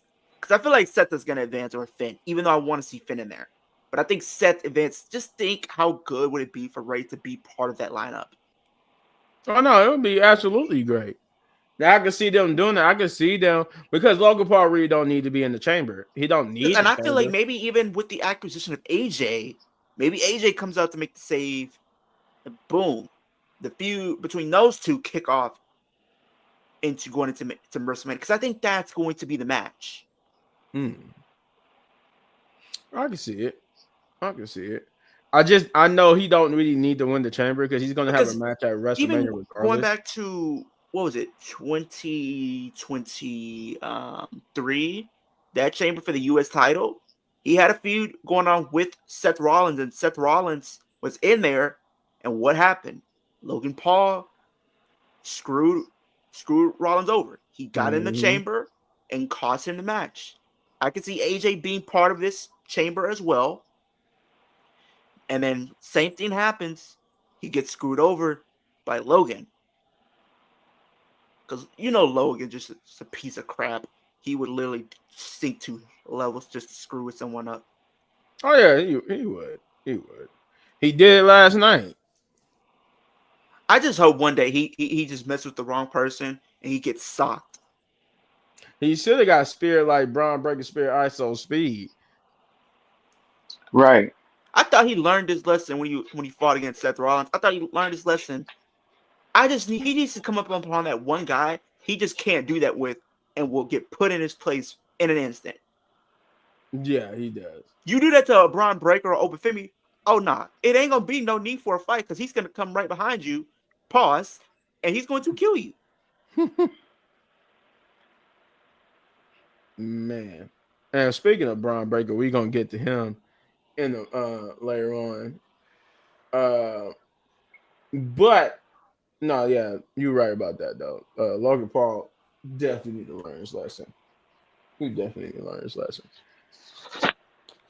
Let's see what we got. We got an update on Roman Reigns. So they was advertising throughout the night, and they were trying to update us on the condition of Roman Reigns. I mean, found out they really don't have much of an update because Roman Reigns won't allow them to release much information. He only gonna allow they only got what he is allowing them, I guess, to say about him. And basically, he's injured to a point where he might miss WrestleMania. Which I'm like, you got stumped twice, so how could you be that injured? But okay, like I suspend my disbelief of storylines and fake booking and all that type of stuff. How's that supposed to believe that two curve stumps made him miss WrestleMania? So I see I could definitely see Roman Reigns and Seth Rollins fighting at WrestleMania. I can see that. Either that or CM Punk. But as it stands right now, it is rumored that the plan for WrestleMania is a triple threat with Rollins, Reigns, Punk. Mm. Right. Yeah, that Mm-hmm. is the plan currently right now to do that match at Yeah, and WrestleMania. that would be a good match. That would be a But good it's one. it just kind of would suck. Just like a triple threat, but there's no stakes. There's no Yeah, title. it was just weird. It's just a triple threat for everybody just to beat each other up because they don't like each other. So. Like it should be stakes. Like whoever wins, gets a title opportunity or something. I Right. want matches at Mania to have stakes. Like there's ones for titles, and even the ones that don't have title matches to their names, have some type of thing where it's like, well, if you win this match, you get a title opportunity. What if that's for a world championship or it's for a mid-card title? Have stakes so it Mm-hmm. makes the match even more important because now these two, besides having beef, have something to fight over. Yeah. Yeah. And what April is, so we're gonna have, shoot, you can do this. If you're gonna do a women's match or a men's match that's one-on-one, whoever wins gets an automatic bye into the match for the King and Queen of the Ring. Get an automatic bye. Yeah. You automatically end the tournament. Mm-hmm. Or if you want to go a step further, whoever wins gets a bye through the entire tournament and only has to compete in the finals. Then everybody else is competing to fight you. All right. And it's a match with those three has to be an extreme match or some type of gimmick. No, it definitely does. It has to be It can't be a some. straight up. It has to be. It can't be no regular smegular triple threat. Even though it's no DQ, but still. Yeah, it can't just be like a regular match. It got to be something. It'll have to be something. Um, then we'll get a CM Punk promo backstage where he would just they just talked about how he didn't win the Royal Rumble match, but he did say that the good that came out of him not winning the Rumble match was that that Roman Reigns or Seth Rollins didn't win either, but that he got another opportunity in the Elimination Chamber and that he had to go excuse himself so he could get ready for said match.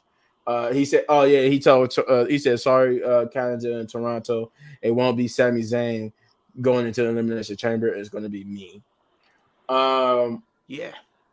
And then we got a Lara and Bailey video package basically teasing that next week is going to be them in a qualifying match to be in the chamber.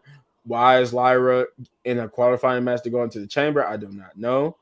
Yeah, Uh, she's champion. she's champion. I would think that she should have had a chamber match for her title, but But we uh, knew she wasn't gonna win that. I, I don't know what you. I don't think she would. No, I would think Bailey is going to win that, but because it would be weird for her to win it.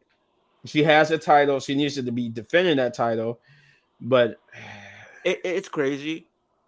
Chelsea is more of a fighting champion and has had more then defenses. Lyra Lyra and hasn't even had one defense yet. right, Lyra hasn't even had one defense yet, and I mean not Tiffany, but Chelsea has defended her title at least 2 to 3 times now. And what we've been having her champion for what, about almost 4 weeks now, Yeah, and she hasn't about defended that title once. and she's yeah no And we're still at the point where we're just teasing feuds. We right. teased We tease her and fuse. and Ivy. You're on Netflix. You can have a whole 3 hours. You could have 4 hours if you wanted to. So why not just put on give her a match already, or At this point, at I least put don't. on a match for somebody to be the number one contender to I'm gonna her. be honest. It just, at this rate that we're going with her, I don't even think she's gonna defend that title till Mania. And that's crazy. The That's fact that you're gonna, that would be so crazy because the way we're doing it right now, we're just teasing stuff. We haven't even got to anything. At this point, I don't think she's gonna defend that title until WrestleMania, and that's still over 2 months. Chris, if not with he was with us earlier, but he had left. So I'll make sure he gets your question though. I'll make sure he gets your question. Um, but no, yeah, that would be that. That's crazy what they're doing with Lyra. We did get a promo though with Alpha Academy and Grayson Waller and Austin Theory. They was in the crowd and there was been an interview about like what's next for the Alpha Academy, and Maxine told her that after what Chad Gable said and everything, they took a valuation of themselves, and they plan on working hard to basically get forward in their careers. But then it would get interrupted by Grayson Waller and Austin Theory, who teased the feud with Otis and them because they was making fun of them, and Otis got in their faces like he was about to beat them up. Not only that, but both Austin Theory and Grayson, they were teasing stuff between them two as well. Yeah, yeah. So that was an interesting promo. But then that will lead into the third match of the night, which is the first of two elimination qualifying chamber matches. This one being Io Sky versus Liv Morgan. Like Leo said, this was a great match between the two. That both Io and Liv work well together, and I like it. I like when they on screen together. And this wasn't like one of those quick matches here. This was like a good 15-minute match. This should realistically be the match of Mania. Rhea, pack your bags. You go into the back of the line. We're putting the title on Io or Liv. This will be the match for WrestleMania. Cry about it. This should be the match at WrestleMania. This should be the match at WrestleMania. This will make a great WrestleMania match for the title. Because here's the thing. Rhea, we already seen her as champion, and the match was trash. The match that everybody thought was going to be this almost banger of a match that's going to blow you out of the water with Becky and Rhea, and that match was absolute garbage. I've seen so many bad matches, but I've never seen a match that almost made me fall asleep until I seen this. And I said, this is who we're putting our trust and faith in, WWE. This is who you're putting all your eggs in. This is who you're calling your wrestler. This is who you're putting your company behind, and your leader of the women's division. Yeah, it seems like it. But it all could change. The match itself was good. Like I said, Liv and Io worked well together. They went back and forth. For the most part, it was pretty solid until the point where Raquel got involved. Then that's when it became like a little heel cheating tactic. But it was solid for the beginning. And then there was a point like with Liv would take too much time gloating, and Io would take advantage of it. But yeah, Liv Morgan and Raquel would start using cheating tactics to try to get Liv over, but it wouldn't work for a minute until Rhea made her appearance. And Rhea came running down to the ring, and she attacked Raquel, and then like Liv, I guess, tried to stop her from attacking Raquel, and was like grabbing Rhea by the hair, which made Rhea angry, and she turned around and smacked Liv, and right in full blown view of the referee, to where the referee was just like, you know what, there's nothing I can do, Io. Call for the bell. Ding, ding, ding. Liv is your winner via disqualification, and she will be in the women's elimination chamber for whoever don't get picked by Charlotte Flair. I would have liked for her to beat Io straight up. She already did that. But she already did it. But I guess the DQ finish is always going. I said it because it's going to give somebody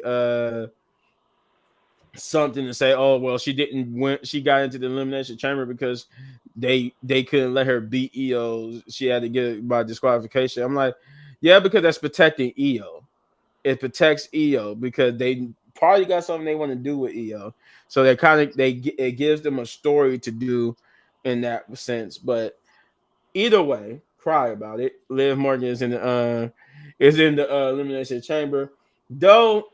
She did hint earlier that they do have a women's tag team championship match coming soon. So who knows in what direction they're going to take Liv Morgan. But this also had an interesting story for Rhea and Io, because Rhea tried to apologize for Io for what happened. She didn't mean to like lose her head and hit Liv, which got her disqualified. But she said she needed help. They put up the video. You needed help. And Io would just get mad and, she would start talking Japanese. But I did pull up the video that I got right here, and then everything that she was saying. So the first thing Io says is, "Why did you do that?" He says, "I could have gone to wrestle." Okay. and she walks away. Then she says it's insane. I could have gone to WrestleMania. That's pretty much what she said. That's a sentiment of what she just said to her. Okay. To Rhea. Saying, Okay. why did you do that? I could have gone to WrestleMania. Then she says, this is insane. And then that's just, I could have gone to WrestleMania. Like I said, it's a possible tease for Rhea and Io. See, at this moment, Triple H is just throwing stuff out there to see what you would be more interested in. And it's a lot. They did a lot of teases for a lot of possible combinations of what they could do. WrestleMania is always unpredictable, so it's always hard to see what matches they're gonna put on until we get closer to the show, because it's so unpredictable at this moment because we're so far away that it could be any amount of things can happen. Somebody could get injured, so they'll have to pivot. They have to pivot because somebody's gonna get booed. Charlotte Flair. So well deserved. So anything can happen between now and WrestleMania. With WrestleMania being so deep into April, this time it's at the beginning of April. Anything can happen. But overall, it was a good match. I enjoyed it. I even enjoyed the little hospitality that we showed Liv and Rhea. One of the people that was in the crowd when Rhea and Liv was walking up backwards up the ramp. One of the persons in attendance told Liv and Raquel that to watch out because they was about to trip over Rhea's belt. And they both looked down. Was like, "Oh crap!" They was like, "Oh crap!" Because they was about to walk right over and trip over Rhea's belt. So they instead, you can see that Liv and them looks and they pick it up and just like try to taunt Rhea with it. But yeah, it was cool. It was cool. But Leo, what did you think about that match between Liv Morgan and Io Sky? Like I said, I thought the match was really, really good between both women. I think both women just showed that, they are the best in the women's division. And I hope that not only WWE, but the fans start to put more respect on Liv Morgan's name, in the sense of, I feel like she does not get her flowers. I feel like she's still very underappreciated and underrated in the ring. This match proved she is everything she said she is.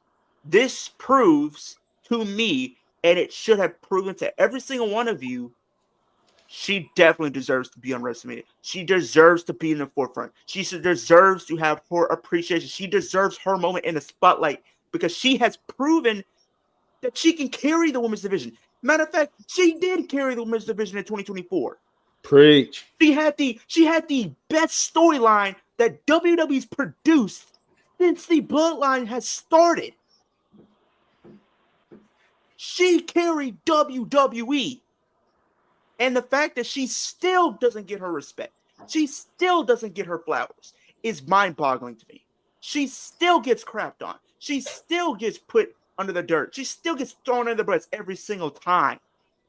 But no, she continues to show up and show out every single week despite what everybody has been saying. She continues to keep shutting everybody up. She continues to do that. All the haters, all the naysayers, cry about it because your favorite, right now, as this Io Sky, is not in the chamber. But guess who is? Liv Morgan is. And I kid you not, she has been the MVP, not just in 2024, but she has been the MVP in the past two Rumbles. She's been the runner-up in those past two Rumbles and Chamber, but she's been the MVP in those matches as well. When people come out of these shows, they're not talking about who the winner is. They're talking about who was carrying that match. And Liv Morgan was carrying those matches. She gave a reason that people were glued into these matches from start to finish. And I guarantee you, if it's up to WWE and they finally see the light that I've been preaching, she's going to be the winner. Hopefully she's the winner. I do not. I want to see her finally get her she deserves to be. Yeah, her dues. She deserves to be at WrestleMania because she's been paying her dues for 10 years. I really do. want her to get that though. No, he said what the Wasp goal was to make Mid South Wrestling a national rival to World Wrestling Federation WWF. The Wasp promotion featured matches and TV tapings in Louisiana, Mississippi, Oklahoma, and Arkansas. Oh, But I okay. think EO is probably gonna get in there, like I said. But I think the best decision is to have Liv, EO, and Rhea at Mania. I think you could do something where both are the final two. Because I think that makes sense to be your final two in the chamber Mm-hmm. and let those two have a actual match. Don't pull what you did last year, WWE, where literally Liv pinned Bianca and turns around to get hit with the manhandle slam and get her and send her packing. Don't do that. Don't Yeah, do that. That I was bullcrap like, again. at least you could have let them have a back and forth a little bit before then. But dang, she just turned it back around. Why? I'm just like, oh, wow. Because Okay. that what you did last year was some BS. Don't pull that again. Nah. But what they need to do is make it a triple threat. You could do that. Maybe like those are the final two, like we said. And then maybe it's like a double pin where like both opponent's shoulders are down. Or it's like where like one pins the other, but both are like pinned in some type of wonky way. Mm-hmm. And then boom, they have to make it a triple threat for WrestleMania. That would be good. Because if you're looking at the promotional posters, who's been on a lot of them? Liv Morgan has. So you automatically would think she's gonna be in a big profile match. She's on the poster for Chamber. Yeah. She's on the poster for Chamber. She's on the poster for WrestleMania, but though, like I said, Jay was on the poster. He was the only person on the poster for Money in the Bank, and we didn't get Yeet in the Bank, but we did get a consolation prize. He did win the Royal Rumble, so I'm happy with that. But so I don't know. She's on the cover, so I feel like she should be theoretically she should be What? in a big profile match. There's no wow. Wow, little big man. I wasn't expecting to see this. What? Guess who just returned to WWE and he was on NXT just a couple minutes ago? Joe Hendry? Nope. You said Matt Cardona? Nope. I wish. You said he just returned to NXT? He returned to WWE and he was just on NXT tonight. He returned to WWE. He was just on NXT Tonight. Adam Cole? Nah. Who's been gone and because they came back? Valentine the Dream? No.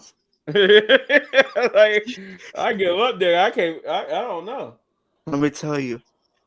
Fandango. Fandango? Yeah. Where have he been? TNA. Fandango. He was in TNA. Oh, okay. He interrupted Lexus right. King. Is he still in TNA or he like under? I think he's still in TNA. Part of the system with Moose, Brian Myers, and Eddie Edwards. Fandango. My man. I actually started to like that towards the end, his whole Fandango thing. You know, I started to like that. Watch promotion featured talented wrestlers such as Hacksaw Jim Duggan, Jake the Snake Roberts, and Dr. Death Steve Williams. Huh. Watch promotion also featured Sylvester Ritter. Okay. Yeah, that's some stuff I did not know. I did not know that. That's some history I never knew about back then with the WWE. But then again, you are one of our oldest members of people to be watching the channel, so you would know more about that than I would. Jeff, what do you think about Io Sky versus Liv Morgan? Did we lose you, Jeff? I think we did. I think we lost Jeff. Somebody put this out on Twitter that says, Becky is the only WWE horsewoman who has never been divorced or called off in the game. Respect to Becky. They have the women with their divorces. This is Bailey, 1 engagement called off. Mercedes Moné 1 divorce. Charlotte Flair 3 divorces. Yeah, that's true because I think Bailey is the Bailey. You said it was Bailey is the only one. Becky. Becky. Yeah. Okay. Yeah. Charlotte Flair just apparently gets Charlotte Flair just apparently gets tired quick. But I think her last 2 marriages was before she became a WWE superstar, wasn't it? I have no idea. Oh, I think speaking of Liv, before we go any further, they were coming out with the they came out with the wrestlers, and they had the wrestlers 2K ratings for WWE 2K25. Io Sky is at 89. Liv Morgan is a 91. Yeah, okay. All right. A 91. I like it. Because what was she last year? She was lower than Raquel last year. She was? Yes, because let me look at this. WWE 2K24 ratings. Let me find Raquel.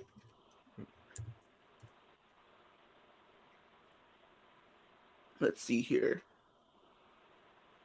Okay. Boom.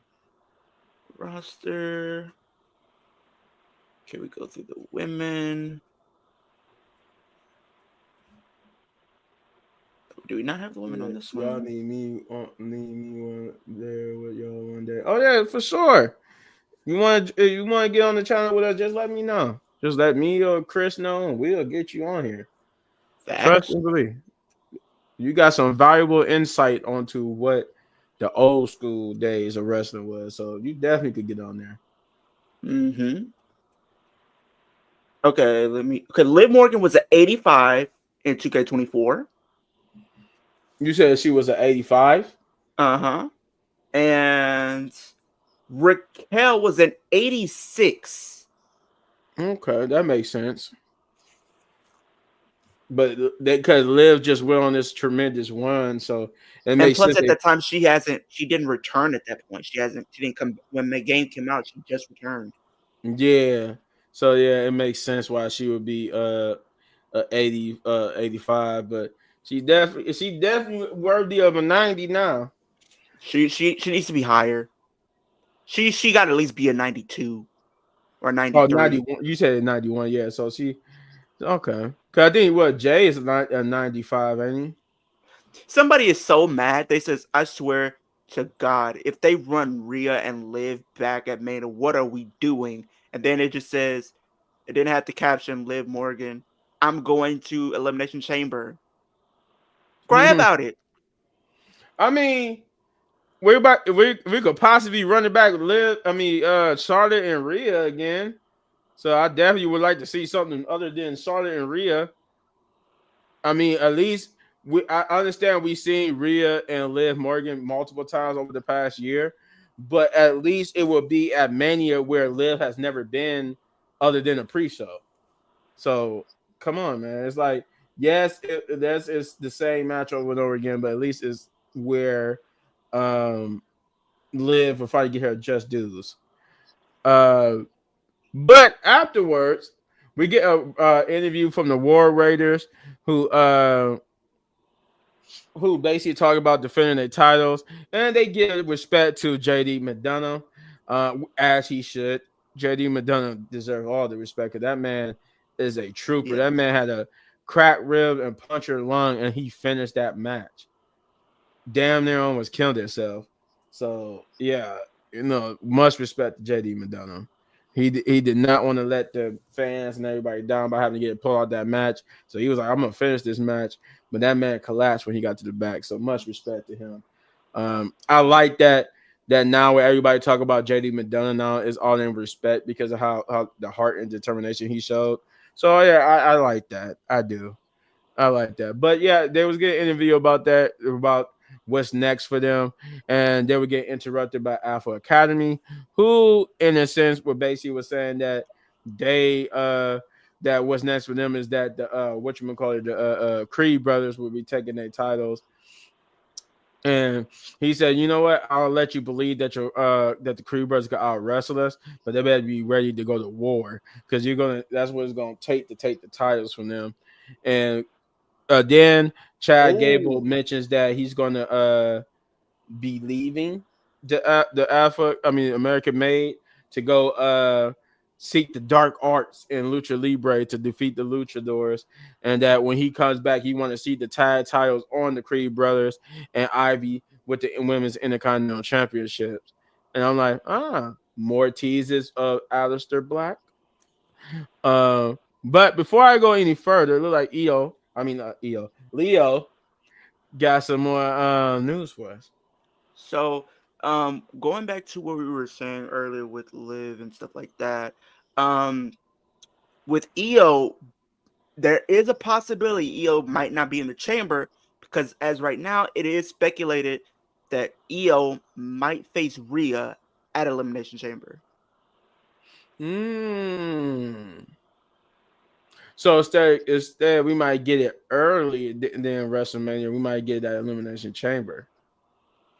Because it's apparently we might be getting because right now it is speculated we're probably going to get Io challenging for the title at Elimination Chamber, and she won't be in the chamber match, meaning we could potentially get whoever wins the chamber, Liv Morgan, going on to face Rhea Ripley, and maybe Io finds a way to beat Liv, and maybe she's added to the match. Yeah, get added to the match. Though I will say, either or sounds good as long as Liv is involved. So we can finally put this behind us with this burying Liv. That's what I want. I wanted us to put this whole thing of putting Liv on the back burner behind us and finally just keep her in the main title picture. Whether even if she don't win the title, I just don't want to feel like she's going to get demoted to like the tag team scene. I just be like, okay, she didn't win the title, but she got a chance to win the title sometime this year. Like I want to feel like that about Liv. That I know that she's no longer going to get pushed back. And then the same night, she beat Rhea Ripley in the dark match because not only that, you saw the attire that she had with the Liv for Dom, the Liv Dom thing, and then the same attire she had in her match. She had wore out there to face Rhea in the dark match, and she's walking with her championship. And apparently, she did beat her. So I don't know if Liv faced Rhea. Did they show Rhea in ring gear? No, you just have the visual of Liv walking away with the title. Liv walking away with the title. Let me see if I can find. I'm gonna pull up the picture here. You know what? That could have been what I was just talking about. Because remember, I told you Rhea left her title on the ring entrance, and a fan told Liv and Raquel to watch out for the title because they was about to trip over it. I think she could have picked it up because she did pick it up. She picked it up and taunted Rhea with it. They didn't show it. They didn't show it because they had the graphic of Liv being in the Elimination Chamber. But when they looked back and saw they was about to trip over, Liv picked it up and was going like this to Rhea with like, haha, I got your title. And we never seen it after that. Oh, I see it. Yeah. That Liv picked it up off the floor because Rhea dropped it. Fans like this is why I like seeing Liv Morgan win, just to piss people off like this. But it wasn't this guy. The guy that with the blue, it was another guy that dressed like him, but it was an Asian guy.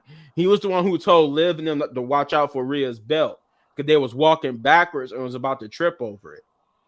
And maybe there was a reason why she picked up the title. So if that's because I remember because that would be the only time because that was the same spot they was in, but they didn't show that part. They just showed her bending down, picking it up, and she was still like bending with her knees on the ground from the ground position, holding it and taunting Rhea. But you could tell she picked it up and taunted Rhea too because Rhea was looking at her at a downwards position, and then she looked up, and they never showed Liv again. But that picture shows that picture. I think that's what it was. I think instead of them having a dark match, it would just Liv taunting Rhea with the belt because Rhea got her Rhea inadvertently helped her get into the Elimination Chamber match. So she was taunting Rhea with the title. But I could be wrong, but I think that's where it took place. I remember she did pick it up on the actual show. She did pick up Rhea's title on the show when she was taunting Rhea before Rhea started talking to EO about her losing. And she did taunt This Rhea. is true. Somebody pointed this out. They said had Rhea face Liv during Rhea's feud with Charlotte leading up to WrestleMania 39, then had Liv be used to spice up Becky and Rhea's feud, and now being used to fuel the tension between Io and Rhea. Girl, when are they going to stop using Liv for Rhea's WrestleMania feuds? That's true. They always do that. They always use Liv in the lead up to Rhea's WrestleMania feuds, but they never just add her in the feud. This time they need to add her because she still haven't gotten her rematch for the title. She just lost it, and now she's in the elimination qualifying match. So, but that's the thing, and I didn't even notice that, but they did, because Rhea beat her on SmackDown leading up to her match with Rhea. They did it last year, just to fuel her that god awful feud that they did with Rhea and Becky. Yeah. They just pretty much put her as a roadblock. And that's why I'm saying. That's why I'm saying like I want them to get past this with Liv, where instead of being a roadblock, she's one of the pillars of the people that you could count on when it comes to the title, and that way we know. Oh, when she loses the title, she's just not going to go automatically back to the tag team division or mid card division. They're going to keep her. I would have been okay with them putting her in the mid card title division because then it gives her a title that she hasn't won yet. She's still on her own. She's still potentially elevating other women by helping them have compelling matches. Mm-hmm. So I've been okay with that. But the tag team titles, no. The only other feud outside of the titles that I can I agree with him. They did it 2 times and they did it last year. Exactly. Yeah. But the only other feud outside of the titles they should do is do Liv versus Alexa 1-on-1. Or Nikki Bella teased she has some unfinished business with Liv. Liv Morgan, Nikki Bella 1-on-1. Or if Trish Stratus is available for WrestleMania, Liv beating a legend and Trish would do big things for her. Yeah, it would. Mm-hmm. It would do There's big no things for reason her. you should have her in the tag team titles. You have 3 potential matches for WrestleMania singles. Or if Becky's not available just yet because she's filming a movie, have Lyra's opponent for WrestleMania for the IC title be Liv. I don't know. I hope we do get there. We need to get somewhere with Liv. Right now, I'm hoping it's back to the main title picture of WrestleMania. That's my biggest hopes. But if not, at least a singles match at WrestleMania against Lyra. Something. Give her something for WrestleMania. If not, she needs to win. She needs to win Queen of the Ring, leave Raw, switch to SmackDown, take the title from Charlotte. And if you're not going to do that, maybe you give her Money in the Bank. Make her a 2-time Money in the Bank winner. Make her a 2-time Money in the Bank winner, and you go all in with this heel, and have her be the first woman to cash in at WrestleMania. Think about if you have a Charlotte facing someone like a Rhea, she enters herself in that match, beats them both, and takes the title. Walk out of WrestleMania with the championship. She didn't need to win the Rumble. She still got her WrestleMania moment by beating someone at WrestleMania and becoming the first to cash in at that show. Or give her the validation. Let her win the Royal Rumble. Because at this point, that's the only thing she haven't done yet is win the Royal Rumble. in the Elimination Chamber. Those are the only two Oh, in things the she has not elimination done. chamber. Yeah. She's about to go into her seventh. This is about to be her seventh Yeah, I or think this eighth might be her chamber. 7th elimination chamber. And this past weekend, it was her 7th Royal Rumble. She's been in every one of them. Yeah, they Hard to tell you. even mentioned that Liv Morgan. I think they said Liv Morgan and Natalia has Yeah, been they're the only two to compete in every single one of them. Yeah, But Liv has been the Iron Man in most of them. But you just can't give her the validation and let her win it, can you? Nah, it don't seem like it. He said, "Oh yeah, we already read that." Jeff, you with us, buddy? Yeah. What did you think about EO versus Liv Morgan? Oh man. It was cool. You know. They still got to do better. They still need to do better. Like y'all said, they need to have something, you know, for her to do. For I'm gonna say, because that match to me, like I said, was good, was cool. But at the end of the day, like some of these other matches, they just be throwing them together. True. They don't need to be doing that, especially with these women's matches. Like some of the men's matches, okay, I see. Yeah, you can throw it together. But but the women's matches, no. Like develop a story with most of these matches, with most of these women. And I use the same women week after week. Yeah, and I mean we have Peer Fusion Collective just sitting backstage. Perfect Let them example. stay there. Yeah, let them stay there. But perfect example. Like if you're gonna have a match with somebody and do it week after week, at least make it for somebody new. Ain't no way the 2K25 soundtrack playlist been leaked already. I can believe Right. it. These are the songs: Bar Song, 365, Charlie XCX, Billie Eilish. We got, what are some notable ones? They got How Do You Want About Tupac on this one. Wow. Hey, Can I assign this thing to Liv Morgan? 2K gonna be interesting this year because now we got the My City for And 2K. intergender. I'm putting Liv Morgan in the men's WWE Championship division and having her beat Roman Reigns for it. The new tribal chief. She gonna be the new tribal chief. The tribal queen has arrived. The tribal queen. They need to put Liv Morgan in an encore match for the title. Yeah. She needs to get. She never got her proper rematch.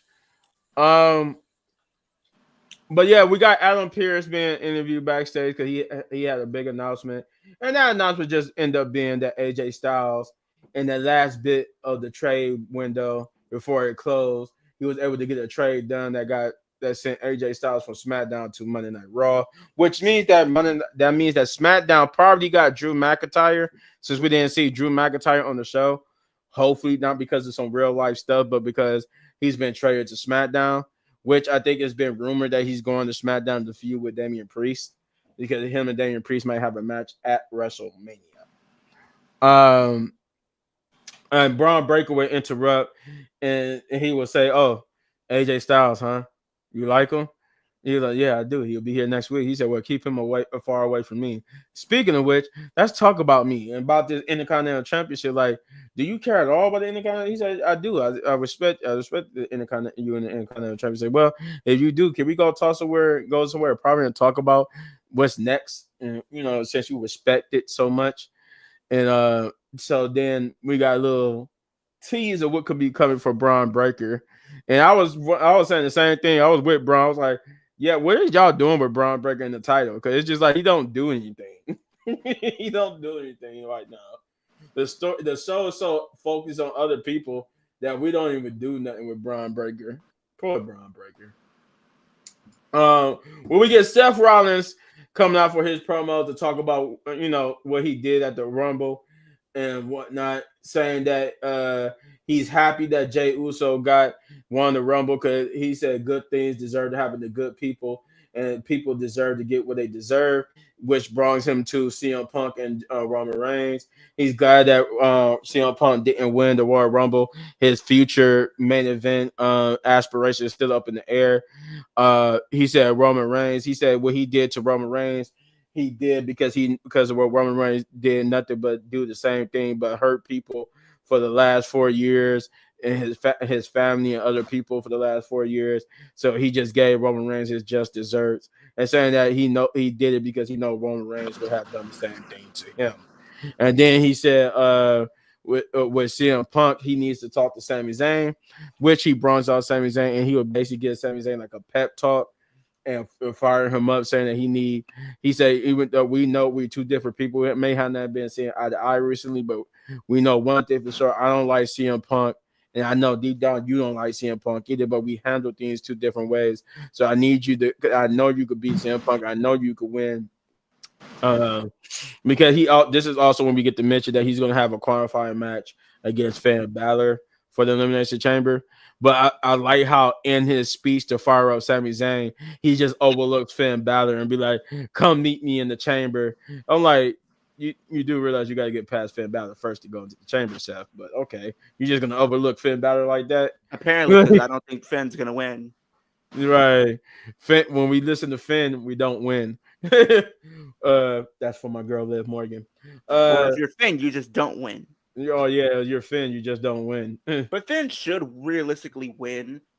Yeah, Finn to add more, heat to like the feud. Like imagine if we do have this match with Finn and Rollins, and maybe Punk either does something to kind of throw Seth off his game to cost him the match, and this leads to Seth being furious and costing Punk the match at WrestleMania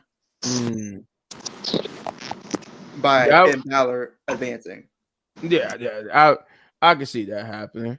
Finn, I actually was hoping Finn would make it in. I didn't see. This is the thing where they keep putting people together that I don't want them to put together because I want to see the two them face each other in the chamber. Now we have to settle for one or the other. It's either going to be Finn or it's going to be Seth, instead of being Finn and Seth facing each other in the chamber. But then again, it goes back to what you said earlier. They could be trying to make this a stacked legendary elimination chamber with just like we got 3 old school people and maybe 3 new school people. So, with Rey Mysterio, CM Punk, and John Cena. So, yeah, I can see that. But, yeah, he fires up Sammy and tells him that the beat CM Punk and go on. And then he will leave the ring. And then CM Punk's music would hit, and they would get into a little mini brawl with Seth Rollins leaving and CM Punk coming towards the ring. And then after they had to be separated, I do want to point out that in that brawl, Seth Rollins really decked CM Punk. Y'all heard, like you heard, like he really smacked CM Punk. I was like, oh, okay. Guess we really don't like him. I had a crush on Liv Morgan, but not anymore. I still got a crush on Liv Morgan. I would marry Liv Morgan if Liv Morgan was looking for a relationship. She said it's not. I think she said in a recent interview, it's not that she's not looking for one. It's just she said like the person that she with has to be more understanding of her schedule and knowing her relationship with Dominic on television and stuff like that. Someone that can handle that. I would definitely handle that. I know what you and Dominic got just for TV. I know. I'll put like this. If we're talking about wrestling crushes, like the first one that I actually had was Candice Michelle. Yeah, you know what? No, Trish was my first one. It was Candice, and then it was Trish. Yeah, for sure. Trish was my first. Trish still looks good though. Like, even like now.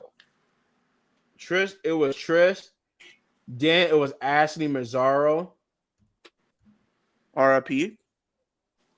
Mine was Mickie James. Mickie James did look good though, especially when she was crazy. Yeah, I ain't gonna lie, Mickie James was too, because when she had that I guess you could call it lesbian, if you like love interest with Trish. And that mistletoe, my girl Trish was like, "What are you doing?" I'm like, "No, Trish, let it happen." Hey, if you go back to Friday After Next, what was his name? Damien, like he just Damien just said, let this happen. Damien said, "Don't fight it, just let it Don't happen." fight. That's what Trish needs to do. Don't fight it, just let it happen. My first crush was Lita. Oh, don't get me wrong. I had like a crush on Daredevil Lita look. too. I had a crush on Here's the Lita thing too. though, and I've said, and people have said this. Liv current day, right, is a mixture of Lita, Jeff Hardy, because of the Daredevil, mixed with Ambrose. The reason why I say because Jeff Hardy and Dean Ambrose were both very good, right? And I always got some of the most crowd, but they never were the people that they went with to main event WrestleManias. Even though the fans really wanted them to. But the company never went with them to main event.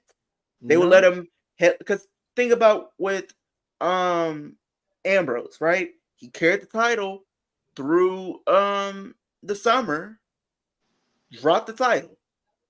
Same thing happened with Jeff Hardy. Win the title later in the year, but literally loses it at the Royal Rumble, the WWE title.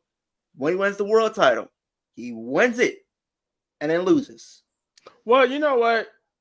It's the asterisk with Jeff Hardy because we know he was going through some substance abuse and stuff like that.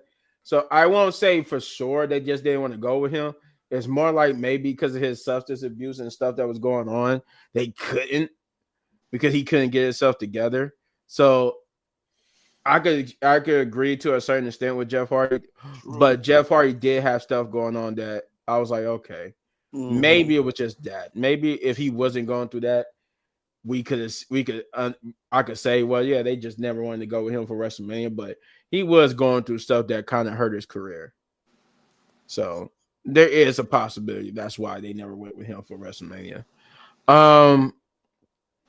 But yeah, this will lead into the main event. Oh, by the way, no, then it went from the set things. Once I had my crush went from Ashley and went to Kelly, then E Torres. Then people had a crush on Oksana. Oksana?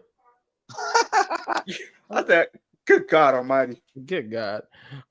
Speaking of Seth, though, why did Seth come out to Monday Night Raw last night looking like the Undertaker? Looking like Jeepers Creepers. Yeah. Oh my Seth, what is you doing? Yo, Shay in the group chat, she was talking about is that the Undertaker or is that a witch? No, that's right, Jeepers Creepers. I'm like, what is you doing? I'm like, Seth, sometimes I'll be rocking with you, what you be wearing. Sometimes I don't. I get it. So think, Luffy says looking like the Diddy Taker. and look, somebody put I seen on Facebook looking like the Diddy. I think it was I think it was either Facebook or Instagram. Somebody put a picture side by side with Seth Rollins and Beyonce. They was like, and Beyonce had the same kind of outfit as Seth Rollins, and I'm just like, bro. And she had the blonde hair and everything. I'm just like, bro, leave this man alone, please. But think about his kid's current wardrobe. He looked like Jeepers Creepers tonight, and then in WrestleMania 39, he came with all pink, looking like a walking Pepto-Bismol. Right. Like, but my currently, I still never got up. Is Liv, but I kind of also secretly got a crush on Melina. I still had I had a crush see where on people Melina. coming from when it comes to Rhea. I could see it. Oh, don't get me wrong. I love the tats. For mommy. No. I love the tats. No. So my first crush was Michelle McCool, and then like somebody now, I'm gonna say, oh, that's kind of hard. I'm gonna if you guys were watching the early 2000s, do you remember somebody named Crystal Marshall? Crystal Marshall. Huh? Is that the girl that used to go with Bobby Lashley? I think so. But remember back in 2006, Great American Bash, if you guys remember, Rhea Has My Heart. Of course you would have. Of course you would. Can't blame you. She's a good looking woman. Yes, he is. I ain't gonna lie. Ronda Rousey.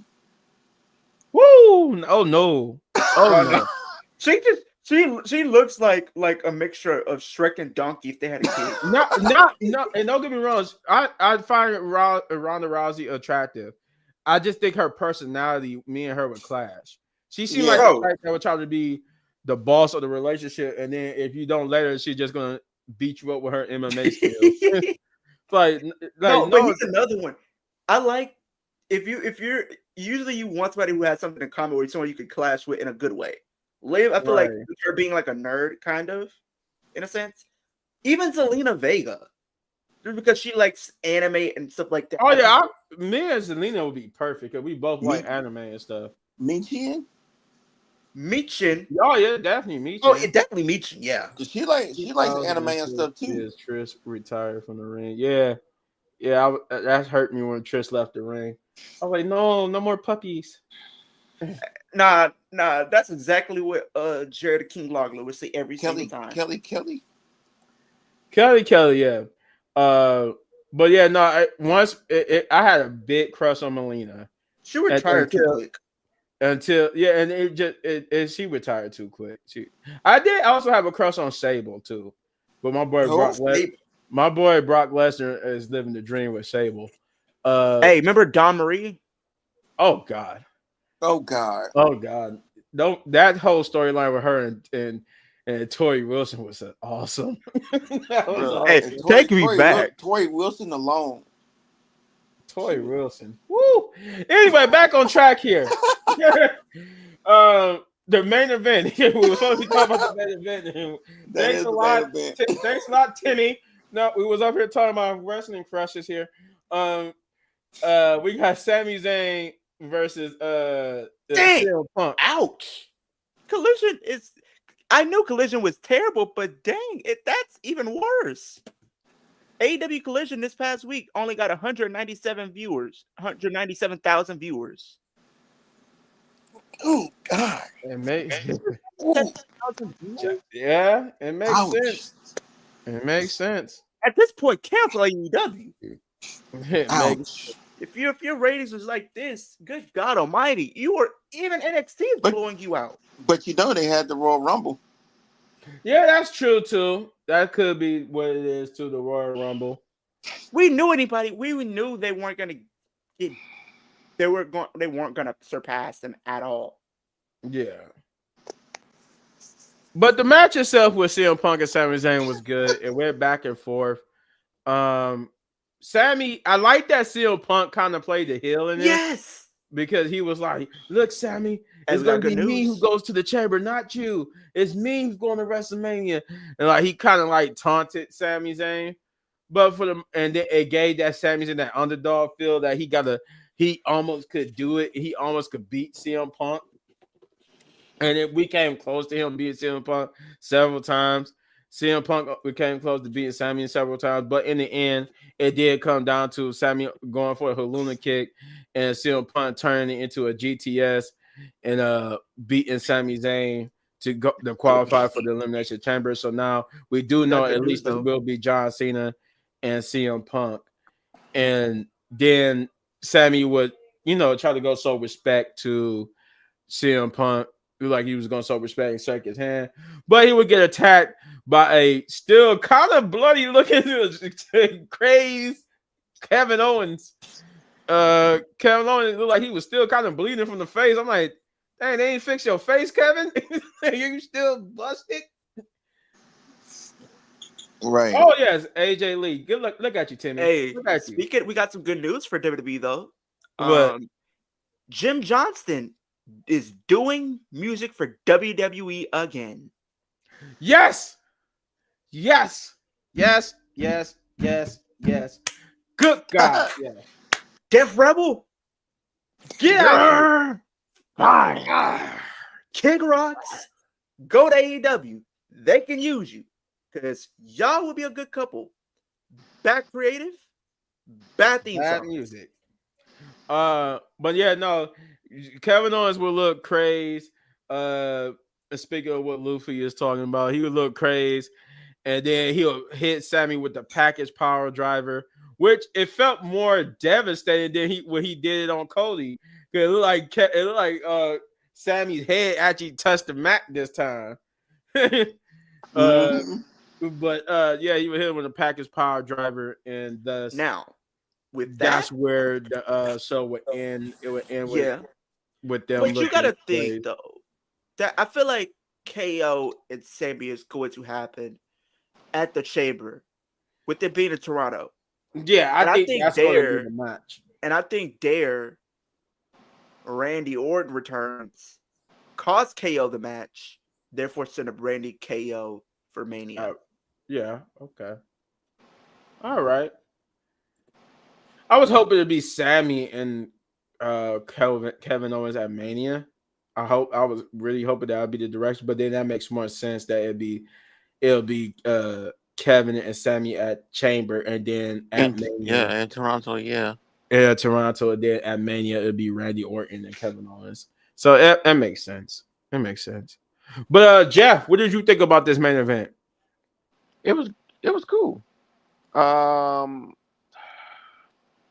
only thing I didn't like at the end, here comes Kevin Owens with his hurt self coming in the ring, getting in somebody else's business, picking up Sami Zayn, slamming him on the apron, like he always do.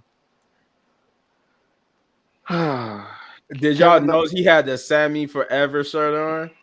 Yeah, he had the Sami Zayn Forever. Yeah. It wasn't Sami Zayn Forever. It was Sami Zayn for life. Right. Sure, I would like to see Kevin Owens bring the pop-up powerbomb back. That would be nice. I think they said he hit a version of it on Cody Rhodes in that match, that ladder match. Yeah. Yeah, I would love to see that move again. Or bring back the stunner. Either way. True. I think he still do the stunner, but now because of this whole heel thing, now he's just doing the package power driver. And he keep trying to do the move that keep getting him heat because it's supposedly be banned, even though we know they unbanned the power driver. At least they unbanned that version of the power driver anyway. Yeah. Can a woman get a power driver?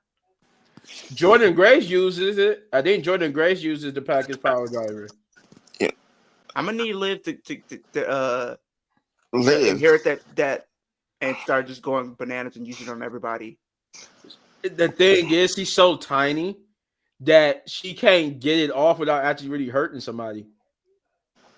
If it's like she couldn't do it to Charlotte because it would hurt Charlotte because Charlotte's too tall. Rhea's too tall. Like the only people she could do it on would be like Io and Zelina and maybe Jordan Grace because she's a little bit taller than them.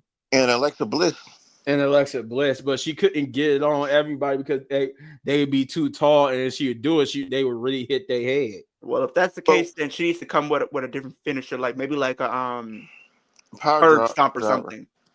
A power driver, or I don't know. I say do a Batista bomb. Yeah, for Liv. Yeah, but she can't pick up anybody that's taller than her. It feels like she can do the armbar. Okay. Ooh, you know would be a good finisher. I know she doesn't do submissions, but she's done it in the past. Let her use the rings of Saturn. Mm-hmm. True. Remember she does something like that. What if she does like a curb stop almost? But that's why I was trying to figure is we just talking about straight finishers that could actually be devastating.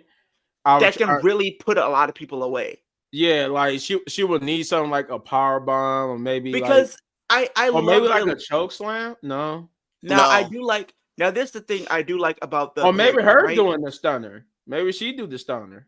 Because I don't mind her doing the Oblivion. I don't mind her doing the Oblivion, right? But up until the point she fought Rhea, nobody kicked out of Oblivion, and the first person to actually do it was Rhea. And Rhea, the same thing yeah. happened for Riptide. The person that kick out of Riptide first was Liv. But Mhm. I feel like the thing with Liv is when every time she does the Oblivion, she not almost times is she always ends up getting caught. Like she'll go for the Oblivion and she's about to hit it, but everybody will literally catch her. The code breaker. She be doing the code breaker. I think that needs to be her new finisher. Oh yeah. Because you got to That think needs to about be it. her Because you finisher. got to think about it. Every time she hits the Oblivion, she most likely gets caught. She gets caught by Mhm. Rhea. She got caught by Becky. She gets caught by Bianca. They always catch her. Either that or the super kick. A super kick. Nah. Yeah, I mean, it has to be something that fits her character. She's so small. It's not She could that do many it. power. It's not that many power moves she could do. She could do a moon. No, I'm about to say a moonsault, but no. No, she's not built like a high flyer. So that's why I said the code breaker is probably her best devastating move she could do. The They stunner. just need to put that as her new finisher. They need to make her do this. Have her do the stunner. You talking like the Stone Cold Stunner? Yeah, a form of it. Not. Yeah, Yeah, okay. Okay. Yeah, I can see like a modified version of it. Yeah. yeah. And she's not strong enough to do like the power bomb or nothing like that. No. No, she has done it before. Well, picking up somebody like No, I think most of the time that she's did it, she just picked them up off the ropes and then did it. okay, yeah, I'm about to say like picking up somebody like a Nia Jack, let's see, a Rhea Ripley, somebody like that, Jade Cargill. I don't No. think no. She's not gonna do it like picking them up, but she could do it off the ropes. But if it's like Zelina or Io, she could do it. Yeah, Because they got the athleticism to help her pull it off. But yeah, Jeff said it was a cool match. He liked it. Uh Leo, what did you think of the main event? I thought it was cool. I thought Sammy and Punk really had a good match. I'm looking forward to see if they do end up having this match again in the future. I know for a lot of people, the match they couldn't pay too much attention to the match for the simple fact that there was like bugs going on through the the show. So it was Mhm. like some people really couldn't pay too much attention to it. But I thought the match was really good. I felt like Punk was going to advance, but they gave you that sense of hope where there was a possibility that Sammy could pull off the upset in advance, especially with it being in Toronto, and him being a Canadian. I think people really wanted to see him in there. But I don't think that was the case. I think they need Punk in there because I think similar to the Rumble, they're going to make this an all-star type match with the Mhm. biggest names you can think of. And I think Punk being in there with Cena just makes sense. I think Rollins is going to be in there. And not even just, I feel like there's two. I can honestly sit here and say Rollins might not even make the chamber because Reigns might get back at the chamber. He might even cost him from even getting to the chamber. I think he's gonna be in the chamber myself. I think So I think it'll be Rey Mysterio, John Cena, and CM Punk, and it'll be Rollins, Roman, and maybe and AJ. maybe AJ Styles. yeah. I can see that being the chamber participants because if we're gonna make it like an all-star chamber, that would do it. That would do it. That would do it. But that's the show. That's all we got. Uh, we got some superstar that was released. Kevin Owens going crazy on people. A new superstar in the Monday Night Raw. I'm just I'm upset that we didn't get some type of NXT called up. I feel like at least the way they was teasing was going to get at least Last Legend or somebody to the main roster. But I guess then again, it was too early for Last So Legend. so the rumors I've seen for um the Elimination Chamber, of course you got CM Punk, then you got Randy, you got Roman, Seth, CM Punk, and then Drew McIntyre. Mm. Yeah. Yeah. Okay. But you know what? I feel like Randy's going to be there either way. Even if he's not in the Elimination Chamber match, I feel like he's going to be there just to screw Kevin Owens over when he goes against Sami Zayn. I If wouldn't they do mind this, seeing Kevin. I wouldn't mind seeing Randy Orton being in that match and winning. yeah, But we already know they're gonna give it to either John Cena or CM Punk. yeah, either John Cena or CM Punk is winning the And if Chamber. John Cena doesn't win this one, he gotta win. He has to win. He has to win soon. Like like Right, because this is his last year. He got to win it soon. But I feel like Elimination Chamber will be good because John Cena winning the belt at WrestleMania is a WrestleMania thing. Like him becoming a 17-time world champion, breaking the record. That like has to even happen. That should happen at WrestleMania. Somebody Because we literally put can't do it. We can't do it at next year's WrestleMania because he's not wrestling no more. He's retiring after this year. who was So that? Somebody somebody said somebody said something about they don't want John Cena to win. Like this, the that record was me. The shouldn't reason be why I broke. said that, no, I didn't say that. I said this. I want to see John Cena have a story arc where he struggles, right? He mhm. struggles to win the Rumble. He struggles to win the Chamber. He gets on a WrestleMania. He maybe wins that. He struggles to win King and Queen of the Ring. He struggles to win Money in the Bank. And then maybe he gets an opportunity maybe at SummerSlam or in the lead up to Survivor Series. Yeah. I mean, that'll work. That'll work. The only reason why I want him to do it now, so Because he he could becomes more drop. desperate. Because I think he can become more desperate with him losing all these matches. And we already seen glimpses of potentially him turning heel at some point. He said, I'm no longer going to be this yes man. I'm going to take opportunities. He says, it's like Super Cena turning heel. He says, all the hard work I have poured into this company, I deserve it. Yeah, he did earn his way into the Elimination Chamber. He just asserted himself, I think it and they was. gave it to him. I think it was either a legend or a YouTuber that said that, and I'm just like, bro, this is his last ride, his prayer world tour. Why not let him win? But we already know that they're gonna have Charlotte win at WrestleMania, win the title at Please don't. WrestleMania, Please don't. I mean, at least you wouldn't be breaking the record. and they say, But you know, but here's the thing. WWE made it very clear they want her to break that record. Yeah, Even if this will even put if her Cena close does to it. break it with 17, bro, Charlotte's still active wrestler, so she can she's still gonna break become a the record. 15-time women's champion. That She'll means be she only needs 3 more title reigns, which she's gonna get easy. right. And we She already know needs she's three gonna face title Tiffany reigns to Stratton, get to 17. So and by we the end of her already know career, she's she's gonna gonna be. face. I wouldn't be surprised by the end of her career she wins the title 20 times. It was like With that. WWE's booking her like the way they've been doing. Right. But speaking of Roman, someone says Roman's gonna pull an HBK move on Rollins at the Chamber. Like, remember HBK in 2010, he walked in as world champion.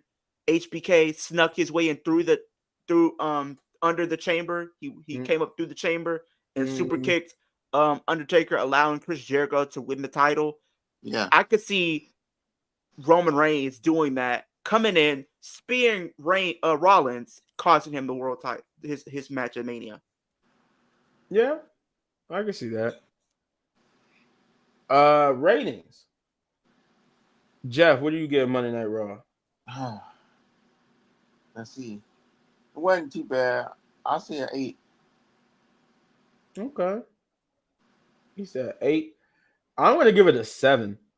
It was tame.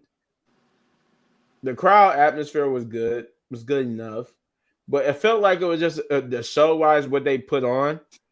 It was pretty tame. Like nothing really happened.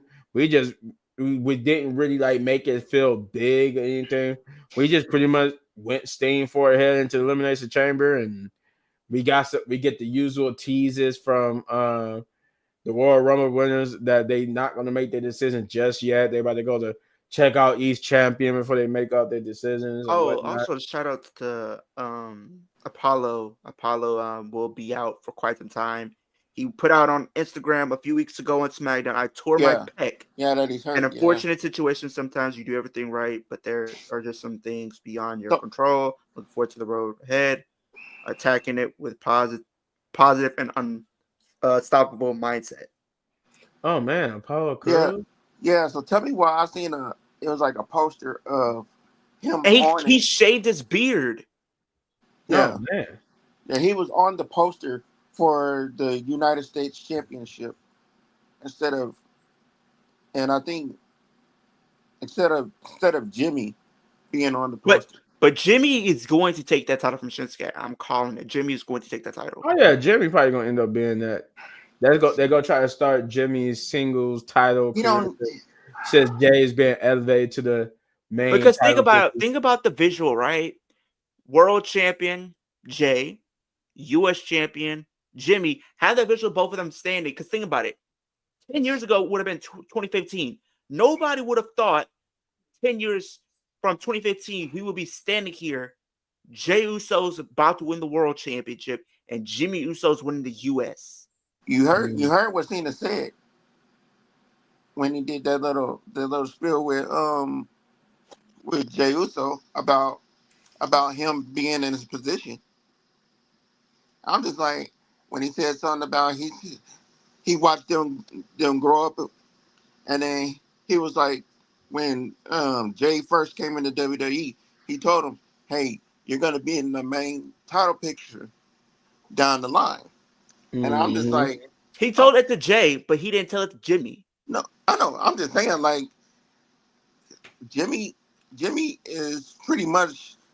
I'm not gonna say he's following in Jay's footsteps, but you know, Jay took the steps towards the main title. So I think like down the line, hey, Jimmy could become, have the main title one day. Who knows? Yeah, yeah. One day I can see it happening. He said a pay per view that we don't see anymore that is fully loaded. Hmm. Yeah, when was the last time we seen a pay per view like that? That was a while ago. Holy crap. Um, Leo, what did you get Monday Night Raw? I mean, Liv winning, Liv being the focal point of Raw, Liv advancing, seeing some funny stuff with Rollins coming out looking like Jeepers Creepers. Funny. Jey Uso, great segment. Had me emotional. Had me on the edge of my seat. Loved it. I'll give it a 7. I have to deduct because of Charlotte being on my TV screen, so that gets a deduction. Her irritating me, her boring me, her being on my television screen when I don't want to be on my television screen. Loved it. I was gonna make it a 6 just because of that, but because the crowd booed the crap out of her, I had to bump it up to a 7. It would have got a 10 if the fans just started throwing things. they gave her that Hulk Hogan treatment. I was like, whoa. But then again, it's well deserved because we're real. I love you, Charlotte. I just don't love your booking. I don't love your booking. And you Your should not be in booking the is Rumble. You your should not booking. be winning the Rumble. I was okay with you being in the Rumble. I just not okay with you winning the Rumble. You should have won the Rumble. You should have. Put You her been in the the final trash. 4 or the final 2. Yeah, I'm okay with you being the final 2 as long as you're not winning and that you're putting somebody over. But You actually being the final two and eliminating Roxanne. That was I mean when they said that Roxanne was the final was gonna be Roxanne and Charlotte, like Charlotte's winning. Now it was Charlotte and Nia. I would have been like, ooh, Nia might win this, but no. They told you by letting it be Roxanne that she wasn't gonna win. But it would have been a swerve if she did. But yeah, I agree with you at 7. But that's all we got. That's it for the Monday Night Raw. We might do a video Thursday. I don't know yet for sure, but we might do a video Thursday. We definitely gonna be back Saturday with a SmackDown review. And then it's business as usual. We don't have a Saturday night main event for a while, and we don't have a whatchamacallit, another pay-per-view until March 1st. So Oh, I got something for y'all before we end it out. So y'all know who Journey Fatu is, right? I think Journey so. Fatu, that's Jacob Fatu's brother, right? Yes. So they said he's supposed to be coming soon to WWE. Oh yeah, I seen that post. I think you posted it in the little. And then they said app. Hikalea, they been delaying his debut. He signed with WWE, but they said he's still he's still working his contract with, I think, the Indies or wherever. Oh, I thought he was injured. So I got some other news that No. Bailey had put out in a recent interview, and it says Bailey is pushing for an Evolution 2 pay-per-view, and I quote, this is what Bailey says. Yes. That's even more opportunities for women's wrestling to be showcased. There's so much more to do. Now we have 2 more titles we can go after. I've been dying for an Evolution 2, and I think now is the perfect time. Bigger than ever. We have more girls than ever. We can have a freaking back-to-back 2-night show if we wanted to, like WrestleMania. So many girls, so many at NXT. We got this TNA partnership. We got 2 new titles. What are we doing? Let's do it. Oh no, I agree. If they made Evolution 2 a thing yearly, it made it a 2-night spectacle. Maybe like in December, since we don't have a pay-per-view in December. Put that in December. I agree. With the TNA partnership and everything, you could do a 2-night women's Evolution and do it like a Forbidden Door. Yeah, because you can have things like this. You have both all women's titles on the line. You have the women's title for Raw and SmackDown, the NXT women's title, Women's North American, and the NXT Women's North American, the women's IC, the women's US, the women's tag team, the knockouts. That's what, 8 championships right there. And even you have 8 titles. And then across both nights, you have those titles be defended. Plus, you have a battle royal to crown a number 1 contender for one of these championships. And maybe they face the person on night 2, which would be a cool concept. You also have other people that could be a part of the show. TNA is going to be part of this. Maybe you'll get like a dream match or so. Maybe you'll get some legends to come back. Some legends, yeah. You can get some other people, like we've been saying earlier. This is a way to get Liv Morgan even more over if she was to beat a legend at that show. And we got partnerships with all these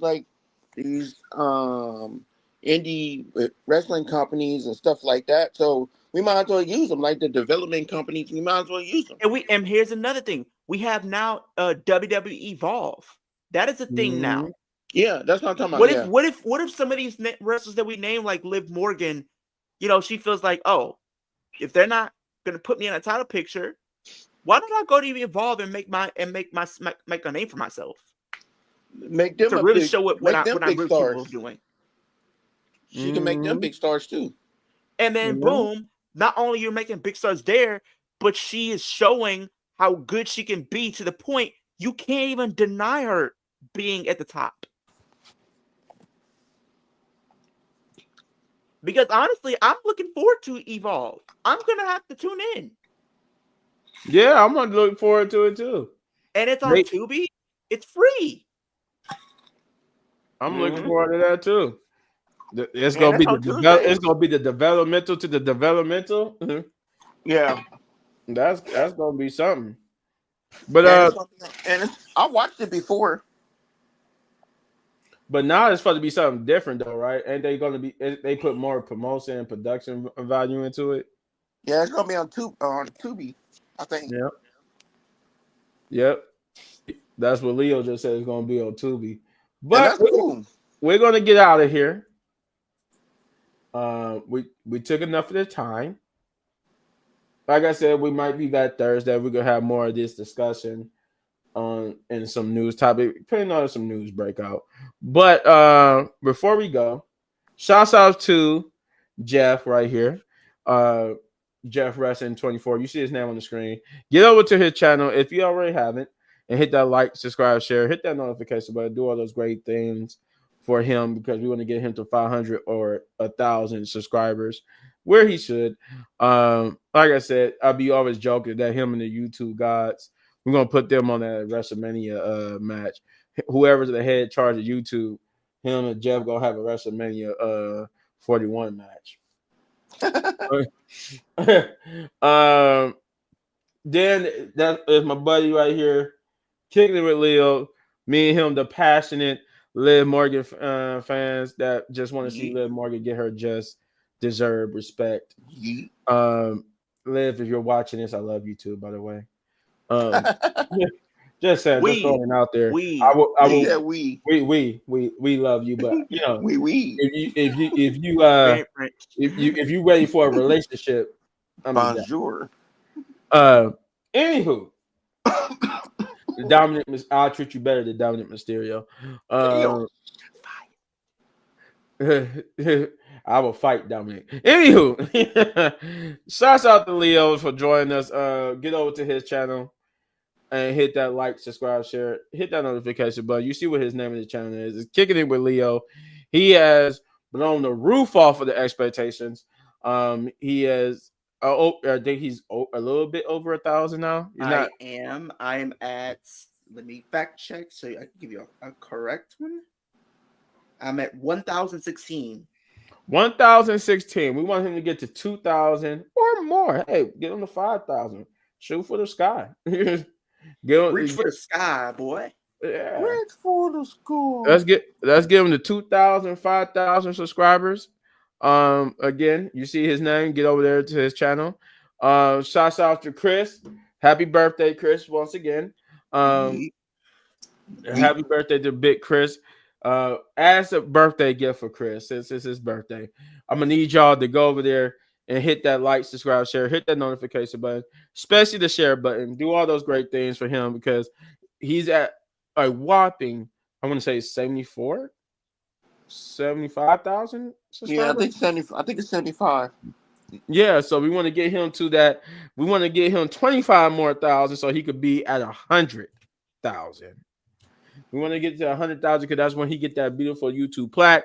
So that when he joins on the screen, like you saw him earlier, we could get him up and running. Thank you, Luffy. Glad to have you. But yeah, we want him to be on here with that YouTube plaque because he's the inspiration to what we all want to achieve. We all want to get to 100,000 subscribers because that means when we do get to that, we should start getting those. We start getting recognized by WWE. Hey, like kicking it with Ross and them. How they be getting recognized by WWE. We want to be like that.